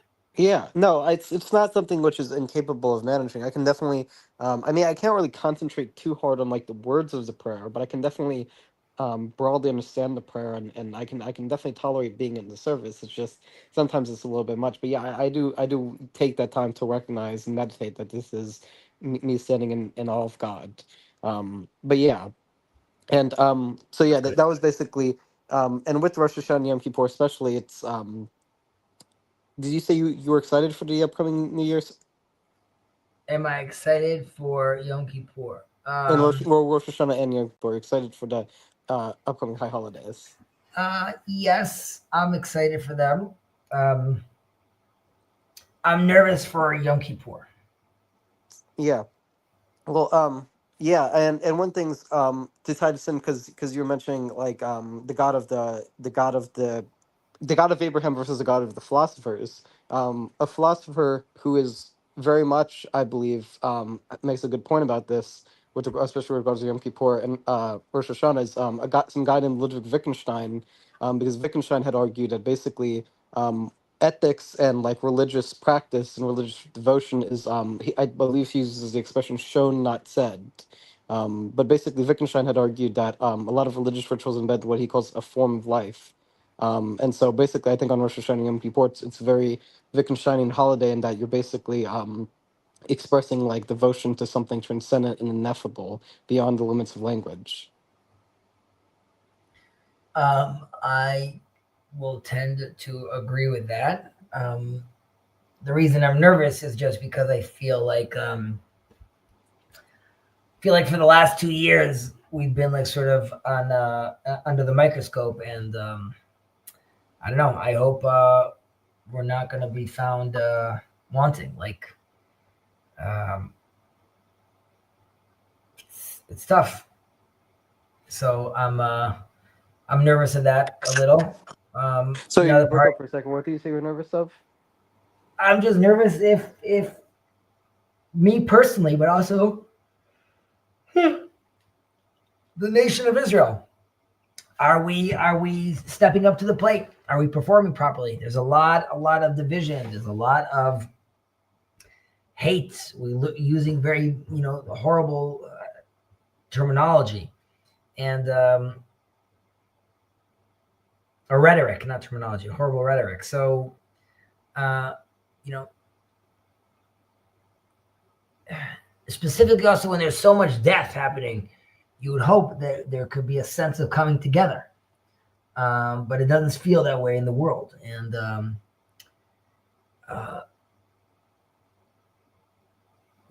it's sort of like hippie-ish, but like I would like us to move to a place where we are all seeing each other properly. But it's very hard. So I'm nervous in that sense. I'm nervous about Yom Kippur, and in general, I always feel what Jacob was feeling before he met his brother. And dude, or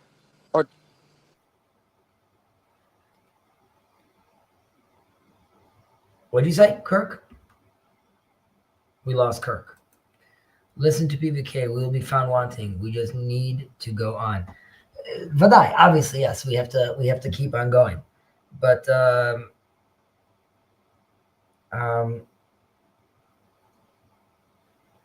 as we say, Am hanetzach lo mefached mederech aruka.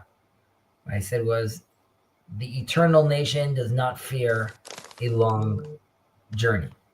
well, yeah, and I understand. What I was just saying. Sorry, I was breaking up for a second because of Wi-Fi issues. Is that like? But to me, it seems like the New Year is, and Yom Kippur, which is the Day of Atonement, is a reason to be optimistic because basically it's when you guys are trying to like maximize your spiritual potential for the better in the future. Yeah, but you're also being judged, right? We're gonna. Well, I mean, yeah, sorry, you are being go ahead. judged, but God is merciful. God is a merciful judge, right? I understand, but I also accept the fact that if I transgressed, there are consequences to that. And like those consequences could be very real. So And so, what do you think the consequences will be on the nation of Israel? yeah, it's a big question. I don't know. More division, more lack of trust. There's many reasons to be optimistic, but you're asking me what I'm nervous about. But like, you know, I hope it goes the other way. There's a new consciousness. There's great energy in Israel right now. In another sense, there's a lot of cranes, a lot of pregnant women, right? So that's very, you know, indication of life, of wanting to create, wanting to build, believing, being hopeful. There's a lot of temple. One second. Jacob writes over here. I was going to say there's a lot of temple energy. Those are sins, not consequences of sins. Did you need this? No, don't order weird things. Okay. That shows half an hour away on the line. I didn't know it was going to be that. They don't have no Christmas. Well, I didn't know. I'm sorry. That's all right. No, I got this.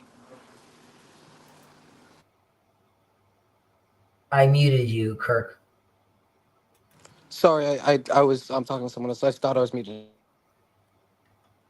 Oh, good.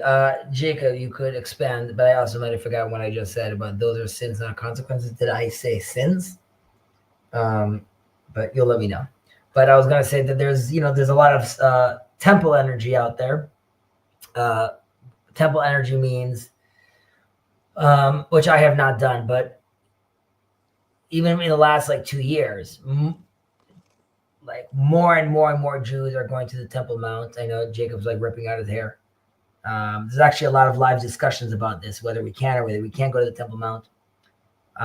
But people are going there, and it used to be you can't even pray there, but people are praying there right now, and people are bowing down there right now. And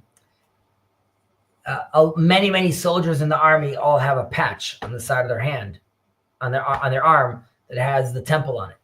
And a lot of people in my neighborhood, me included, have like this pin, have like this lapel pin of like the temple. And it's just a consciousness change of, let's say, we want to build it. I mean, I was at a event, my friend's daughter's bat mitzvah, and someone saw me, and he saw me. I had this pin on, and he's like, "Whoa, what is that?" I'm like, "What does it look like?" He said, "It looks like the pin of the temple." I was like, "Yeah." He's like, "Whoa, that's intense." I was like, "Yeah." I'm like, "I want it." I'm like, "Do you want it?"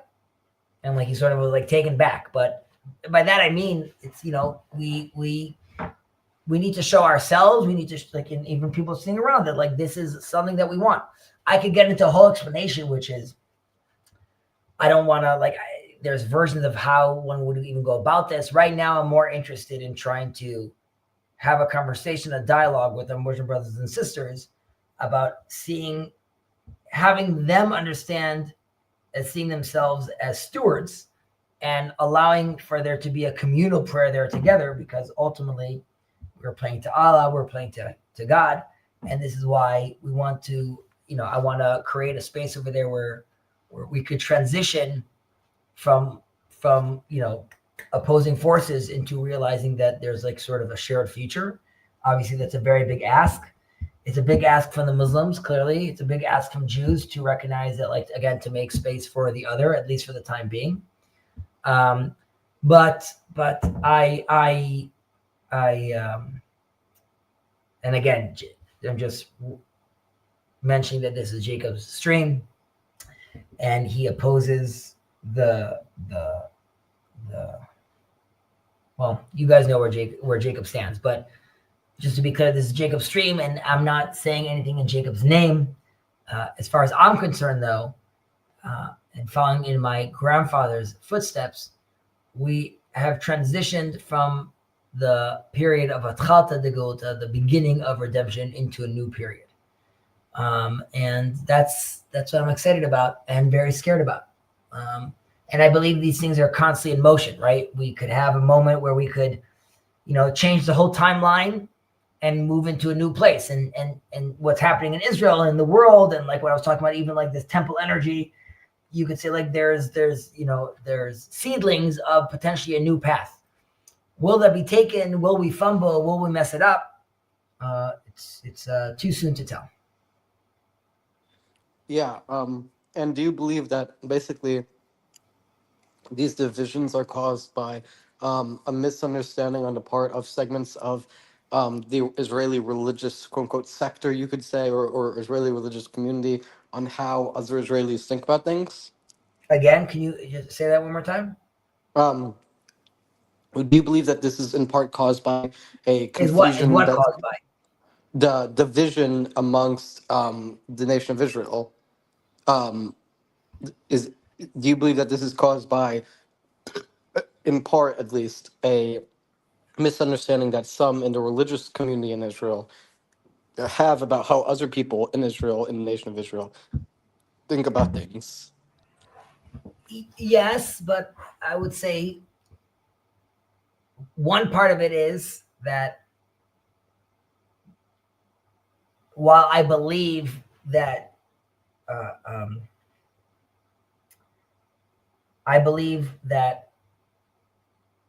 you can't divorce politics from religion in a certain sense if it's done properly. However, what we're witnessing right now is an unholy mix of religion and politics. So how Judaism is understood politically in Israel is very problematic, and that causes a very big tension with a lot of the secular people in Israel. I'll call them secular. I even think that term is problematic in some cases, because there's a big part of Israel which is actually very traditional, and at that point they're not really secular. They might not be as observant, and even then it would be as observant as Jews in what's the slice of time I'm taking, like as observant as Jews during the temple, maybe more, but maybe less, maybe not so far off. But again, the term itself is problematic as secular. But another problem is, I would say that in, let's say, the left in Israel, politically,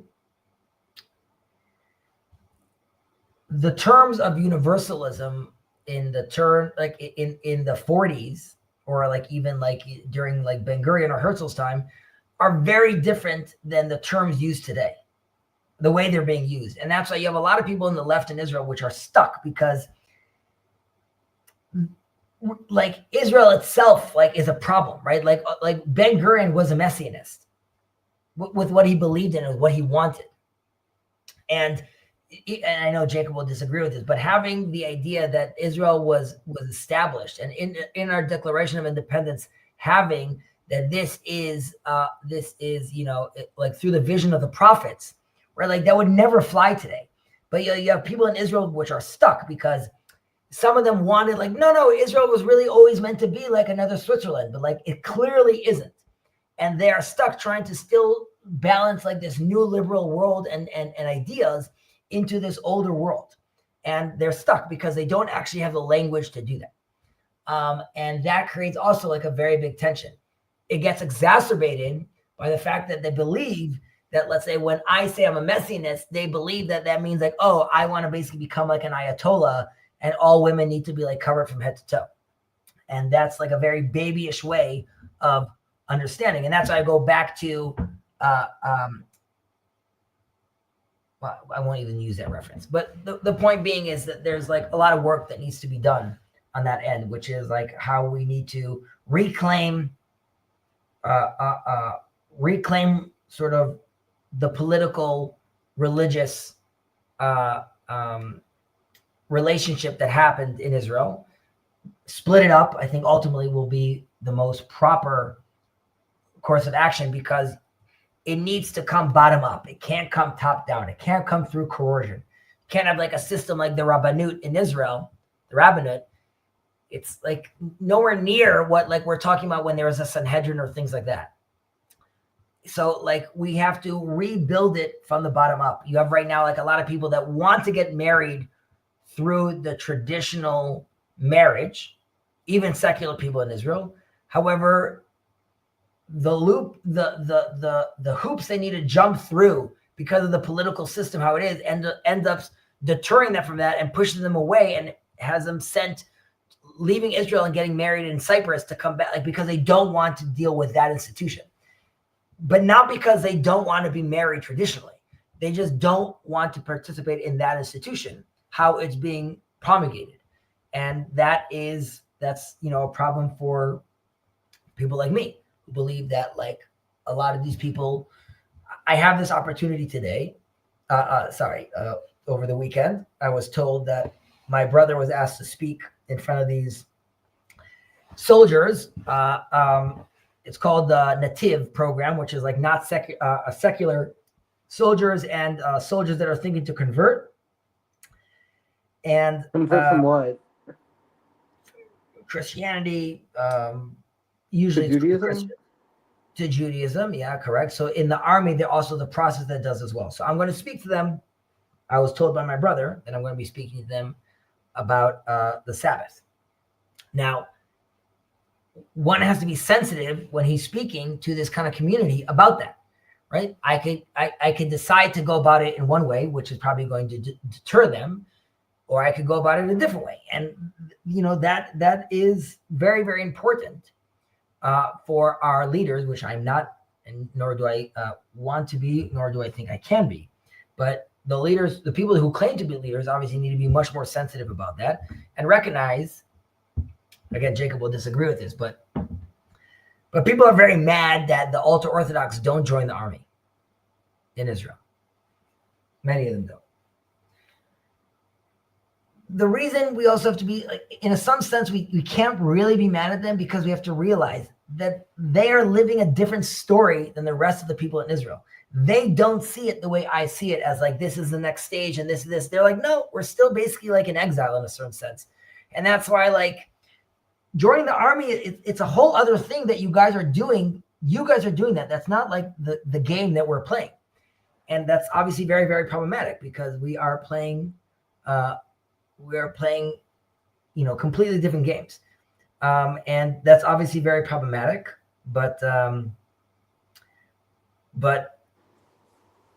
we need to do a better job. We, as I'm saying, let's say I don't even know where I would fall under what category, like modern Orthodox or national religious nationalists. Like, yeah, but even that today, like the political party of the Tzionut Datit, like is something completely else. So I don't know. I'm a God-fearer. I love God, but I need to do a better job, or our community of people that agree with me need to do a much better job vocalizing that as well. Oh, I got Jacob. We got him on something. Yeah, you're not a leader at all, Chazit. There you go. He's bashing me. You're not delusional at all. Make sure you say that when you speak to the soldiers. Well, I mean, First of all, to be clear, I didn't ask to speak. I was told by someone that we asked your brother, and your brother said that you'd be more suited for this.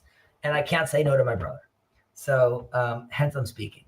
But no, I don't think I'm the right guy to speak. Well, I mean, from what you were describing, Hezi, it seems like you think that there's basically a little bit, when it comes to the problems of Israel, a little bit of blame to go around to basically every community. Of course. Of course, there's blame to go around everywhere. I mean, but that's also the story of the temple being destroyed. Sinat Chinam. Yeah. I mean, unnecessary hate. I would definitely say that that's definitely a factor. And I would also say, when regards to Orthodox, is that, like, to be fair, I don't know much about it, but I have heard that one of the problems that many people in Israel have with the Orthodox community is the fact that they don't have secular jobs generally, or that many of them do full-time Torah study in yeshiva without employment. Yeah, but again, so it's also complicated. Many of the women actually do work. There are more and more universities opening up for the ultra-Orthodox. This, even though I want them to participate more, it's also important that I don't lose my brothers, right? So, like, I also have to be sensitive. Like, it's not fair to be like, oh, just join the army like everyone else. Like, no, but it's not suited for their lifestyle. And it's not like, I can't just rip rip that away from them. I can't demand. I understand their concerns as well. So like, and it requires bigger changes within the community that will allow them to adapt to some of the things in Israel. But it also, and again, because we're not Switzerland, I don't see them like, oh, these are other civilians. These are other civilians in my country. These are my brothers. And I want them inside the fold. So, and especially, we're so close to the end game. Why would we want to bifurcate again? So it does require, and it's hard to ask this from the secular. He doesn't understand the value of, let's say, the fact that all these people are actually learning Torah. Many of them. And I'm putting aside the people that are faking or lying. Obviously, they should join the army. But the people that are actually sitting and studying Torah, while I believe in working and doing, and it's like a co-creation, and we have to be doing an active, learning Torah for itself is a great value. And I do believe that it does also sustain the world. It's hard to explain that to someone in the tech industry, because he's like, yeah, but what did it bring into the economy this year? Right. And you're not going to be able to explain that to someone. But you have to explain to someone that, like, the fact that you opened up ways in Israel, you're doing that on the back of the spiritual power that allowed us to come all the way, like, to what Ben Gurion is riding on is the thousands of years of the Jews sacrificing themselves for this idea, for the learning of Torah. Where is all that? Right? Like, where is all our gratitude for that fire that was in our soul that kept us moving all these years throughout all the persecution and pogroms and hate, all of that, to now just be like, yeah, we don't need that anymore. So that's obviously, it's a very big problem. That doesn't mean I do disagree with the model of the way it manifests today, but I also disagree with how it's being called out in some senses. Yeah, that makes sense. And so, do you believe that the government should not interfere with Haredi lifestyle in terms of things like revoking funding to encourage employment? You think they should just keep the status quo? No, I don't think they could keep the status quo. Then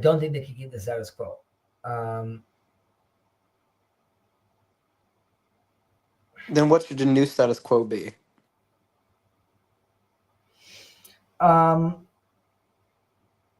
There needs to be, well, first of all, again, if schools are not going to be teaching, let's say, math or science, things like that, then they can't be funded by the government in that same way. That's number one.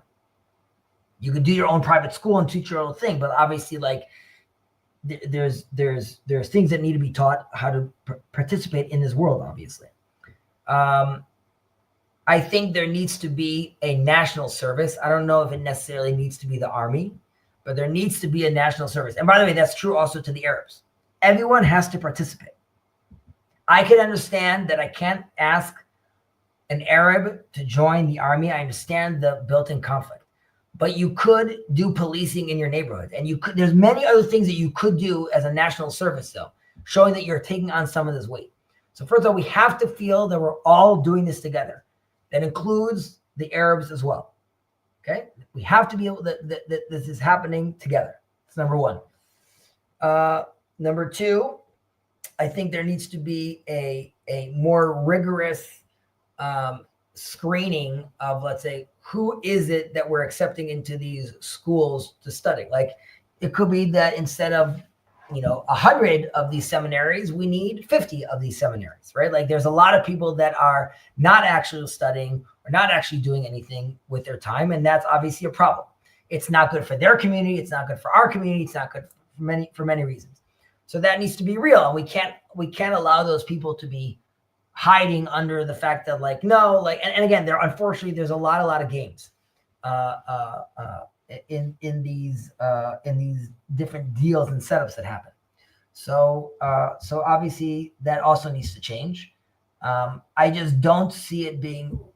You just can't be just arresting thousands of ultra-Orthodox people and dragging them into the armies. It's just never going to work, and it's just going to ultimately will cause bloodshed. So, like, that's not how you're going to do it. I think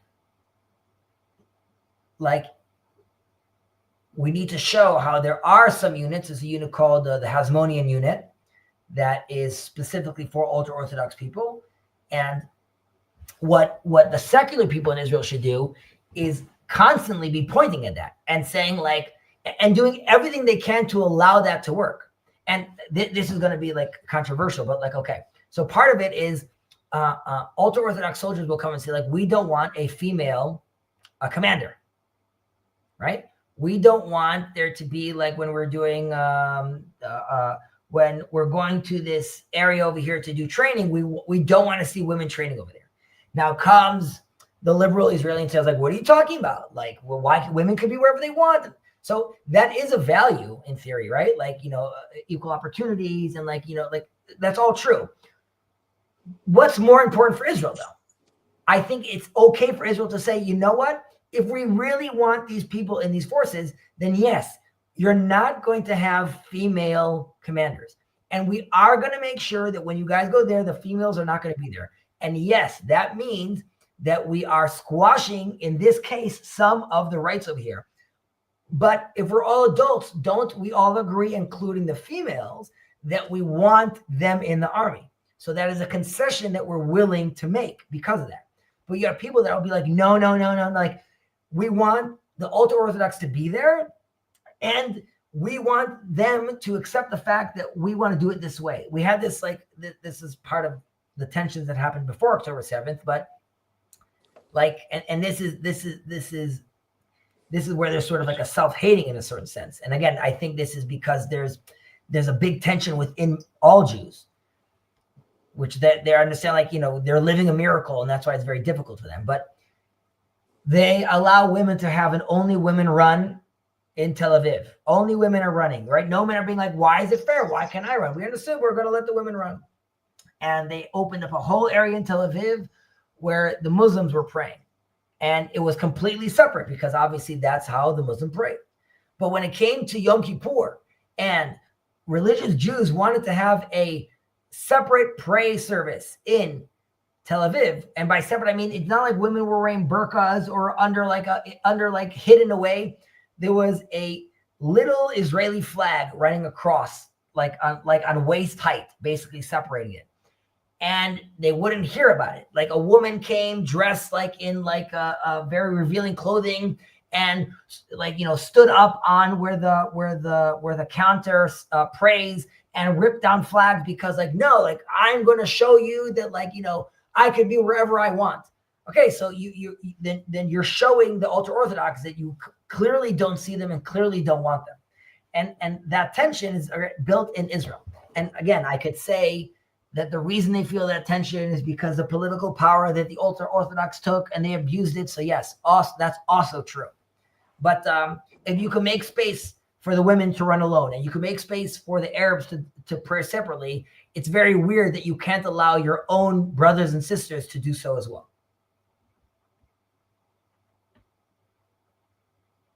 Did you get all your answers on Israel politics, Kirk? Did we lose Kirk? I think we lost Kirk. Okay, so I'm going to leave in another minute unless anyone wants to add a comment or say something. Sorry, you broke up there at the end. I heard the first part about the women praying separately and the Arabs. What were you saying about then at the end? I was saying Israelis, while I would say liberal Israelis, while they found in their heart to allow for there to be separate Muslim prayers and only women running, they still cannot allow for Jews to pray separately because that is too much of an offense.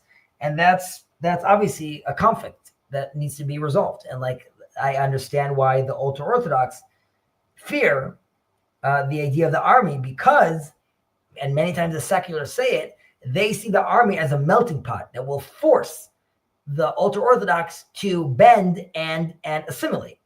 And while I do think that there needs to be reform in the ultra-Orthodox community, I don't think, and I do think like there's, again, like I think there's a bottom-up assimilation of the Jewish people starting to express themselves again in their land, which they couldn't have done for thousands of years. So of course, we're going to be looking at eventually at a new type of Jew.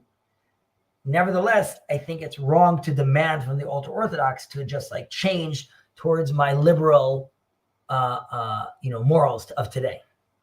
Yeah, that makes sense. And so basically, it seems like you basically believe that, correct me if I'm wrong, but that the religious school system that does not teach math and science should not be funded by the government. So that seems like a reform you would like to implement. But then when it comes to a participatory thing, you do not believe they should be drafted into the army. They should be drafted into a separate national service.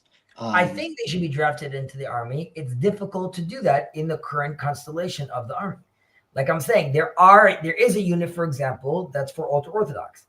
It could work if it gets championed by the secular people in Israel, because they understand the value is we want them in. It's more important for us to have them fight with us and partake in this experience than it is for us to demand that they assimilate and become something else. They can't do that right now. The secular is like, they're like, no, but that's not really what we want, is them to abandon this gobbledygook of, let's say, the man in the sky. And that's nonsense. Or they're thinking like, they're doing it the wrong way. So, like you said, there's more than enough blame to go around. Yeah, that makes sense. And do you believe that basically if there is another national service which you'd want them to be drafted in, do you think, what other national service do you believe that the Israelis should participate in other than the army? Work in hospitals, work in schools. How about you have all these people that are been affected by the war? Okay, there's a mother that lost a husband. Go visit the family. Go shopping for her. There's kids that lost a father. Go play with them. Go help them. Go talk to them. And forget this war. There are people that are handicapped from the Yom Kippur War. Go see them. Go talk to them. Go help them. Go clean the streets of Israel. Go work in hospitals. Go work with the blind. Go work with the autistic. There's plenty of things that we still need to do in this country that could be happening. Spend 2 years of your life, 3 years, an Israeli soldier, 3 years he's putting off. When I did my army, I did it through, it's called Hesder, which is like, which means the deal, sort of. And the deal was that I will, because I'm saying learning is a value, right? I'm going to enter, instead of a 3-year program, I'm going to enter a 5-year program. I ultimately ended up doing 6 years. But I'm putting my life on pause because I'm serious about learning Torah. And instead, I'm telling them, I'm going to give you a 1.5 years of army duty, right? Instead of 3 years. However, I will commit to do reserve service until 50 years old, right? So they basically get everything they need out of me. And I got to learn my Torah as well, right? So that was like one of the deals. Now, the ultra-Orthodox will claim that, I'm not serious enough, right? I'm not Orthodox enough. I'm not observant enough. So, that's a separate discussion. But there's plenty more they could be participating in. And do you believe By the way, it could be again in their old communities? Do you have sick people in your communities? Yes. For the next 2 years, here are the 7 families you, Joe, are in charge of, and you go visit them every day, and you make sure XYZ is happening. And then when you're done with that, you'll get points for tax cuts because of that, and you can get extra credit because of that, and people are going to want to hire you because of that, and you got and many, many different things that could be, the ramifications of that as well. Yeah, and do you believe there should be consequences for people who don't join this national service? Yeah, there should be consequences. And what do you think those consequences should be? I think the consequences, if you don't do any national service. Yeah. Again, well, it not me specifically, but for an Israeli. Putting people in jail is very difficult, but I think it ultimately goes into funding, right? So those communities are getting less funding. So basically, the consequence for people who refuse to participate in national service is less funding from the government. Yep. Yeah, I mean that's a fair enough punishment. And do you believe that people who participate in the national service should get more funding from the government than they currently get? Again? Do you believe people who participate in national service should get more funding than they currently get? Yeah. For example, soldiers that just like fought in these crazy battles right now, soldiers that ran in their boxer. You understand? Like you have soldiers right now that have been doing like 450 days of army service. There isn't a soldier in Belgium right now that is like, oh, I can't wait to join. Like, and they're going back and back and back and back. And that is the amazingness. Like look at the people of Israel, all willing to still do it, all willing to still fight, all willing and want to participate because they believe in what's happening over here. Those people, when that soldier comes out and he lost legs, why on earth are we not giving him a plot of land? Make it not hard for him to start to jumpstart his life. Schools for free. Here's land for half the price. Build a house over here. Start a community over here. And show the other people you want to get part of these amazing gifts. Here, come participate, build, do with us. Yeah, I think that's definitely good, and I definitely think that if a national service system like that were to be implemented, I think it would be effective. I mean, I don't know much about like economics or sociology, so, but yeah, I definitely think a system like that, at least from the way you describe it, would work. I just think the question is like, are the religious sector willing to participate at all, given their current and I don't want to use this like in a derogatory sense, but I would say in a sense cushy status, whereby I mean, to be fair, it's not a cushy status. There's a tremendous amount of poverty. There's a tremendous amount of ignorance as well. It's not a cushy status. And more, the move that they try to do, which was successful with the women to go out to work and be, let's say, accountants or do like low-level coding, AI is going to get rid of all those jobs for all those women because it was sort of entry level sort of stuff. Okay. So they will anyways have to adapt again. Also, a lot of the money is running out. You know, they had a lot of donors and things like that. But, you know, that grandpa actually worked and then he had tons of money and then he could send it out. But if no one else is doing that, you're not going to be able to shell out that money. I would also tell you that, and this is a lot of from a lot of conversations and also like heard many conversations about this as well. There's a lot of interest in the community on the ground for people to they want to participate more. They want to be part of the Israeli story. A lot of it has to do with leadership and politics. And that's a problem, but that is also going to eventually change because there used to be a generation of these great leaders, Rav Moshe Feinstein, Rav Ovadia Yosef. These people were titans. And because they were titans and because they were real, right? Because they showed real knowledge and mastery over Torah and understanding how it relates to the population, that gave them the power to command their community. Those leaders are all dead, and their replacements are nowhere near that kind of level of leadership, and that's why they are also sort of losing a handle itself on their people. So there's anyways going to be a change. Yeah, Ideally, that makes it would be sense. better if we could orient it and create a structure to not allow it to be completely like unraveled. Yeah, definitely, and I think that so maybe I shouldn't have said cushy status. I just meant like the idea that they're getting funding and then many of them don't work. But then you mentioned that the women work, and so yeah, and then especially with the ignorance, yeah, I don't think cushy status right away. But basically, the question is, do you think that they're hurting more if national services implemented where people get funding from the government for participating in it, do you believe the herding will transition from their current lifestyle to this new lifestyle with national service with relative ease?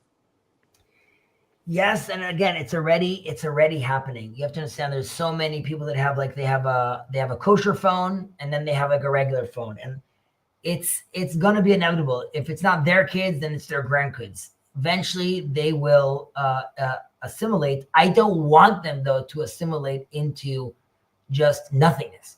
I want us all to phase shift. The secular, the ultra-Orthodox, the national. everyone. I want everyone to phase shift to the next level. I want the Christians and the Muslims and everyone to phase shift. And part of that is actually seeing the other and recognizing the other. The Haredi people they see me as Jewish. They don't see the current state of Israel as the nation of Israel, as in the biblical nation of Israel, of Am Yisrael on its journey. And because of that, they're not really seeing me.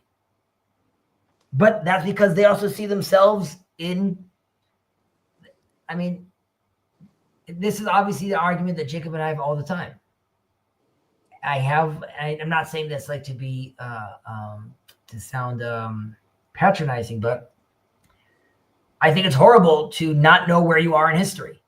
Jacob talks about this idea of like these, well, I won't even go there, but Jacob still sees us in a certain point of history. And I think we've passed that point. And obviously that's a very big problem. And I don't know, to me, it's very clear, to him, less so. And to many of the Haredim, it's also less clear. Now, for the Haredim, it's difficult because they're living in the land. So there's like this cognitive dissonance between like what they're taught and what they see, right? They're seeing, like, they realize this also. There are so many more widowers and orphans because they're not joining the army, right? That's palpable. That's crazy.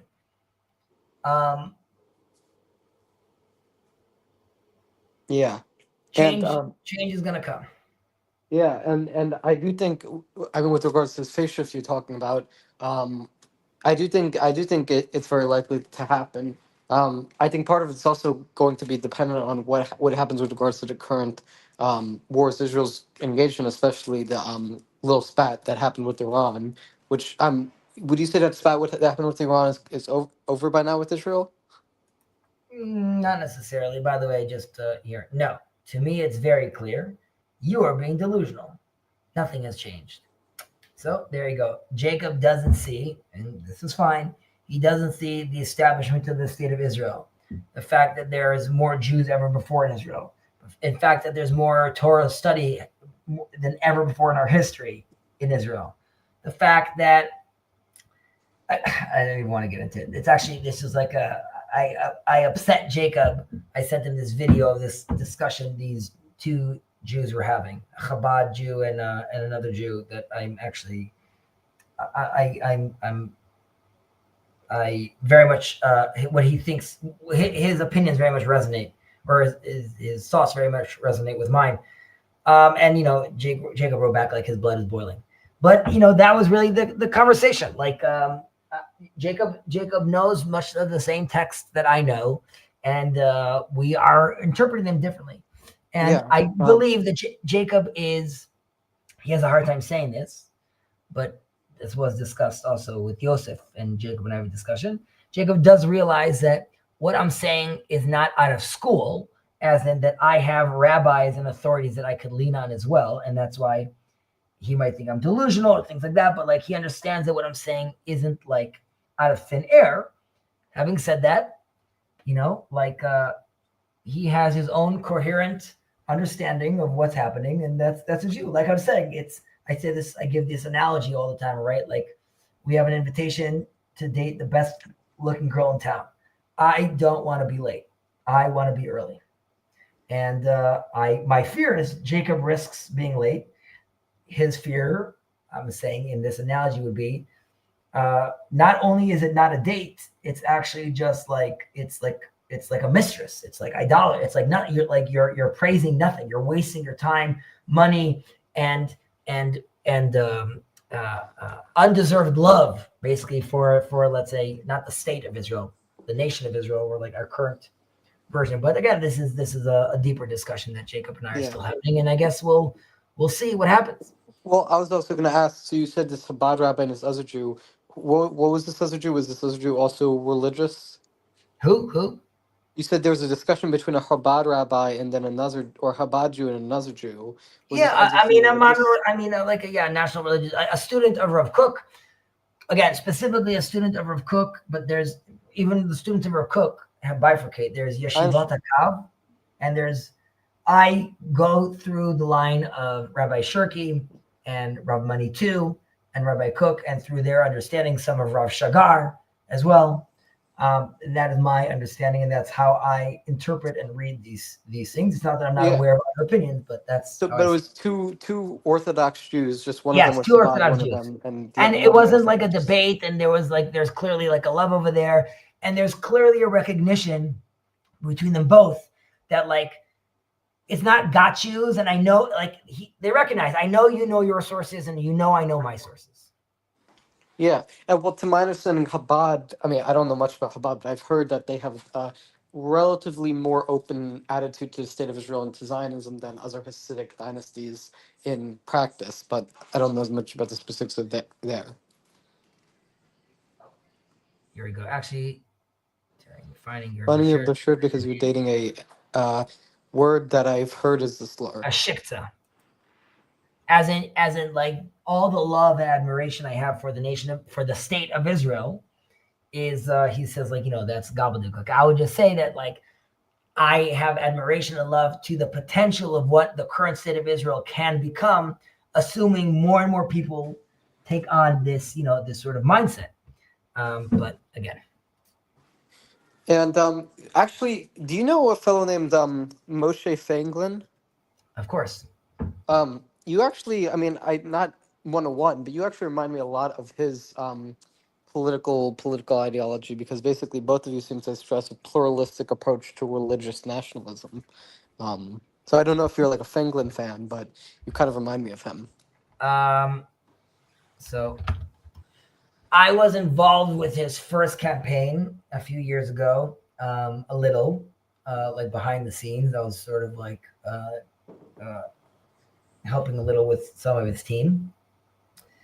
Then he lost, and he's running again. So yeah, he definitely has some interesting ideas. He definitely has some. He's an interesting guy. Yeah, worth listening to. Yeah. So are you, just real quick? I'm thinking of linking something else that was from Moshe Feiglin. Do you know if by next week you'll be able to watch that video I linked in Discord, or do you think the one we discussed? Yeah. Well, the one we discussed. So to be honest with you, like I don't necessarily need to hear someone giving me his opinion of like why he thinks God doesn't exist. Well, he wasn't talking about why God doesn't exist. He was more arguing for postmodernism and saying we can't know if like God exists or the absolute truth. But if you don't want to watch it, that's fine. But I would recommend you look at Rav Shagar and his take on postmodernism. Yeah, I've heard of him. I don't know much about the specifics, but so basically, you don't feel interested in watching it. But tell me, like, no, I'll watch it. Okay. Wait, where did you send it again? You sent it directly to me, or you just put it on the thing? I put it in Discord. If you want to, I can relink it, or if you can also look in the link section. It's under a YouTube channel with the title Zarathustra's Serpent, and if you just type in ZARA, it should pop up. All right, I'll try again. So says Zarathustra. All right. Do you see it? No, I haven't looked for it yet, but I'm telling you, like, I'll look for it. Also, something that actually came up to mind for me, if Jacob is still watching, I didn't reach out to this guy. What was his name? I realized this, Jacob. It might be someone you want to reach out to. 1 second. Let me find it. I took a snapshot of this, I think. Where is it?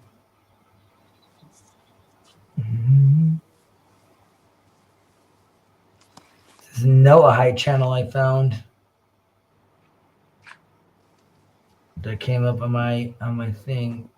Come on. Did I not take a picture of it? Damn. Sorry, 1 second, Kirk. Okay. Right. I'm being rude. Random question. I'll find it later, and I'll see if I send it to Jacob. Has anyone here ever played the board game Talisman? Talisman? Yeah. I did as a child. I just bought it for my children, and it was like super fun to play with both my sons, and I was just remembering how awesome it was. It sounds familiar, but I don't remember the specifics. It's like an imagination sort of board game. It's a very cool game. Yeah. So you I mean, are you allowed to play board games on Shabbat? I presume you are. Some will say no, some say yes, and even the ones that say yes might say like not a board game that has like witches and spells and things like that. But yeah, I mean, there's different opinions on it. But do you play board games on Shabbat personally? Yes. Yeah, because I mean, to be fair, this was a conservative shul, not an Orthodox one. So for what it's worth, but I was seeing they had a board games Shabbat, and some of them were playing chess, and I may have told you this before, but I love playing chess. So it seems like that would be if I was Jewish or if I ever decided to convert, a pretty good pastime on Shabbat. Yeah, I used to play chess with my dad on Shabbat. Cal is writing over here, definitely not Monopoly, but like even Monopoly people will play just because like it's not actual real money. But I could understand why someone would say like don't do Monopoly because like the concept of like purchasing and property things like that is not like a Sabbath mode you want to be in. Playing chess and like I don't know, like working on your intellect. Again, it really depends like how you frame it. Like, are you building memories with children? Like, it depends what kind of kid you're playing with. There's people that wouldn't play with Lego because like it's building. You can't build on Sabbath. But others say like, no, because Lego is built to be taken apart. So then you could build Lego on Sabbath.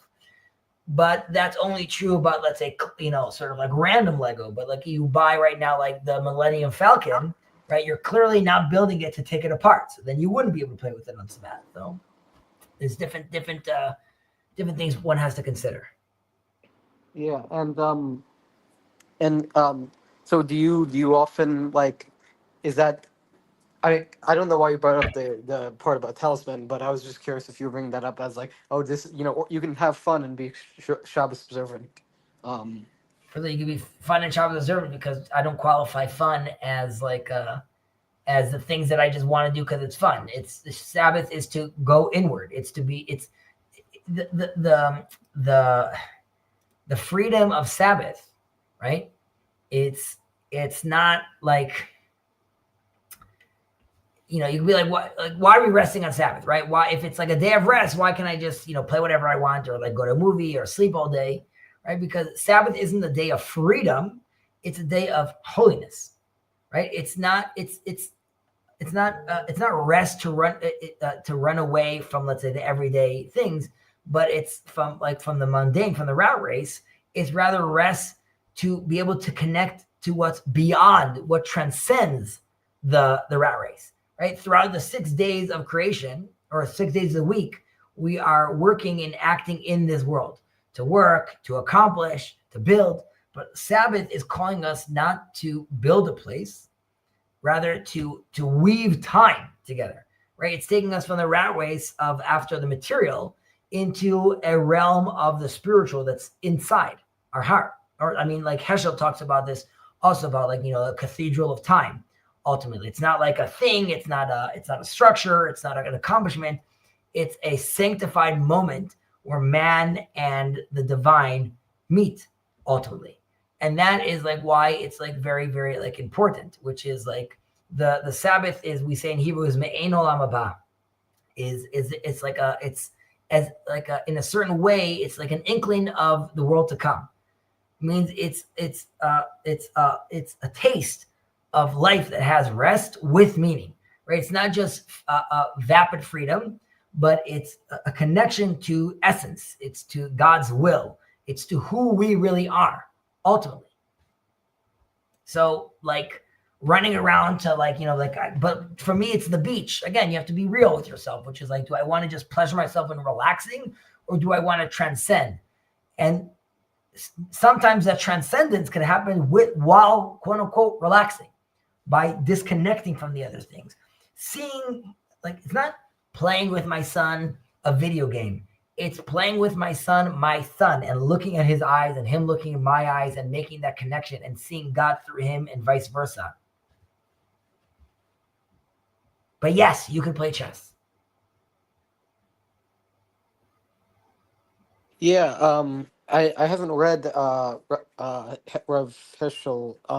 I heard that he, even though he was conservative, a conservative Jew, that he was actually pretty close to Orthodox theology for a conservative Jew. Yes. Oh, he has a very famous book. Well, he has many good books, but his book, The Prophets, is a must. Sabbath is a must. His 2 big volumes of Torah Min Hashamayim, as in Torah from the heavens, also super important, and those are fascinating books. I would sooner read those than like the philosophers you're dealing with right now, because those people, Well, have you, out of they read curiosity, the philosophers as well. have you read Wittgenstein? Not like religiously, but I read some. Okay. Was it his Tractatus or his Philosophical Investigations or another work? The latter. The Philosophical Investigations? The Has he? book my dad gave me when I was younger. Wait, sorry. You broke up for a second. Yes, you read the part of the Philosophical Investigations? Yeah, but that was probably like 17 years ago. Okay, yeah, because I know he wrote 2 books, and currently I'm reading part of the Philosophical Investigations. I'm just at the beginning of it, and so yeah, you're saying you've read part of it, but it was a while back. While back, yeah. And with that, I bid you adieu, my friend. I bet you do, and so maybe next week, maybe not. Yeah, next week maybe yes, maybe not. I'll let people know, and if not, it'll be like the following week. We'll continue, and we're moving into the blessing of the Shema itself, which is obviously like a big one, and then we'll move on to the standing prayer. I wish all of you first of all, Kirk, have a great day. Catch you later. Okay. Catch you later. Okay. 2, Yon God, I hope you're doing well, sir. I hope the fiance is also doing well. If you got married already, Mazel Tov. If not, I hope all is going well on that front. Cal, I hope you're doing well. When you visit Israel, let me know. Well, that's true to anyone. If they visit Israel, let me know. Adam, I'm glad you're connecting back to your roots. And you said more interest in Judaism and making friends over here. But hopefully you, Adam, you could connect to your roots and bring forth all that's holy, all the divine sparks within your roots. As they say in Ishmael, Mi Yichem Asumoel, very powerful name. And that's what I was alluding to earlier, which is like, there's a teaching that while we're away, Ishmael has a claim to the land, right? Circumcision, different things like that. But I want to interpret that as like they still have a place on the table, which is perhaps when all the nations, like the prophets talk, all the nations come to the temple and they have different prayer areas. Perhaps it's the Muslims that need to create that space that are also sort of guiding people from step 1 into these places of prayer, and eventually also into the Jewish circle as well. But there's obviously much place for us to be able to pray and participate together. Sandy, I hope you and Jacob are doing well. Yoav, good to see you too, sir. Yakobi Mugatu, I love you and I know you love me. I think that's everyone. RJ, what's up, brother? I hope you're doing great. Who else joined us over here? Beat a bum boom. So stop saying you're not a leader, you putz. How can a putz be a leader? Scott got already some love from me with the whole aphasia incident. Hello, sir. It's good to see Steven here as well. And we had Sam. What's up, Samson? I was going to say Samson, but that's not your name. What's up, Sam? Samuel. What a beautiful name. God is one. Amen. Amen. Man, you are a righteous Gentile, my friend. Truly and honestly. Some Christians are struggling a little bit with the oneness thing. It's okay. They are allowed to struggle. While there are many, I would say the majority of rabbis see Christianity as idolatry. However, they still consider Noahides as Christians as Noahides because of the joint worship, which is prohibited. Allowed for Christians or non-Jews. However, there are some that say that Christianity is not idolatry. And then they're still considered Noahides, but without that loophole of the joint worship. However, he says that it's just with there's a very big misunderstanding of their monotheism, to be polite. But they struggle because it's difficult, like we just said. There's tensions. Even the angels themselves, right, have to take turns. So as humans, it's a lot to bring all these things together. But slowly but surely, or in Arabic, as we say, shwaya shwaya, step by step, we'll all get there eventually. We're almost there. Billions of people already recognize him. And that's amazing. Mike, I hope all is well. Paul is here. I'm sure he's gone. The world is far richer with Chazi in it. Oh, all right. That's very nice. I guess, okay, really well. I can't remember what that's about, but it's always good to have you over here. And look at that. Good to see Steven still around the corners of the corner. Yes, Steven is still here. We are taking care of him as much as we can, or he's taking care of us, but we are thankful to have him with us. The Hebrew Nazarite was here as well. Hello, sir. And we are done. I said hello to everyone. It was all good to have you guys here. I'll catch you guys on the flip.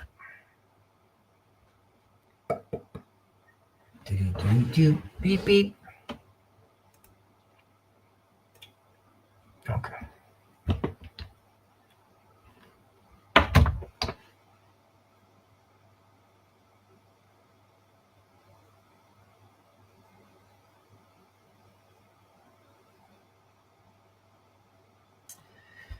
Hey, Amir. I hope all is well. I'm sorry that I missed your call. I was preoccupied. If you are still available right now, please let me know, and I will gladly give you a call. If not, we will speak tomorrow. Having said that, in the morning, I'm not going to be available, so I could be available from early afternoon. Let me know what you prefer, and I will try to accommodate accordingly. Good evening.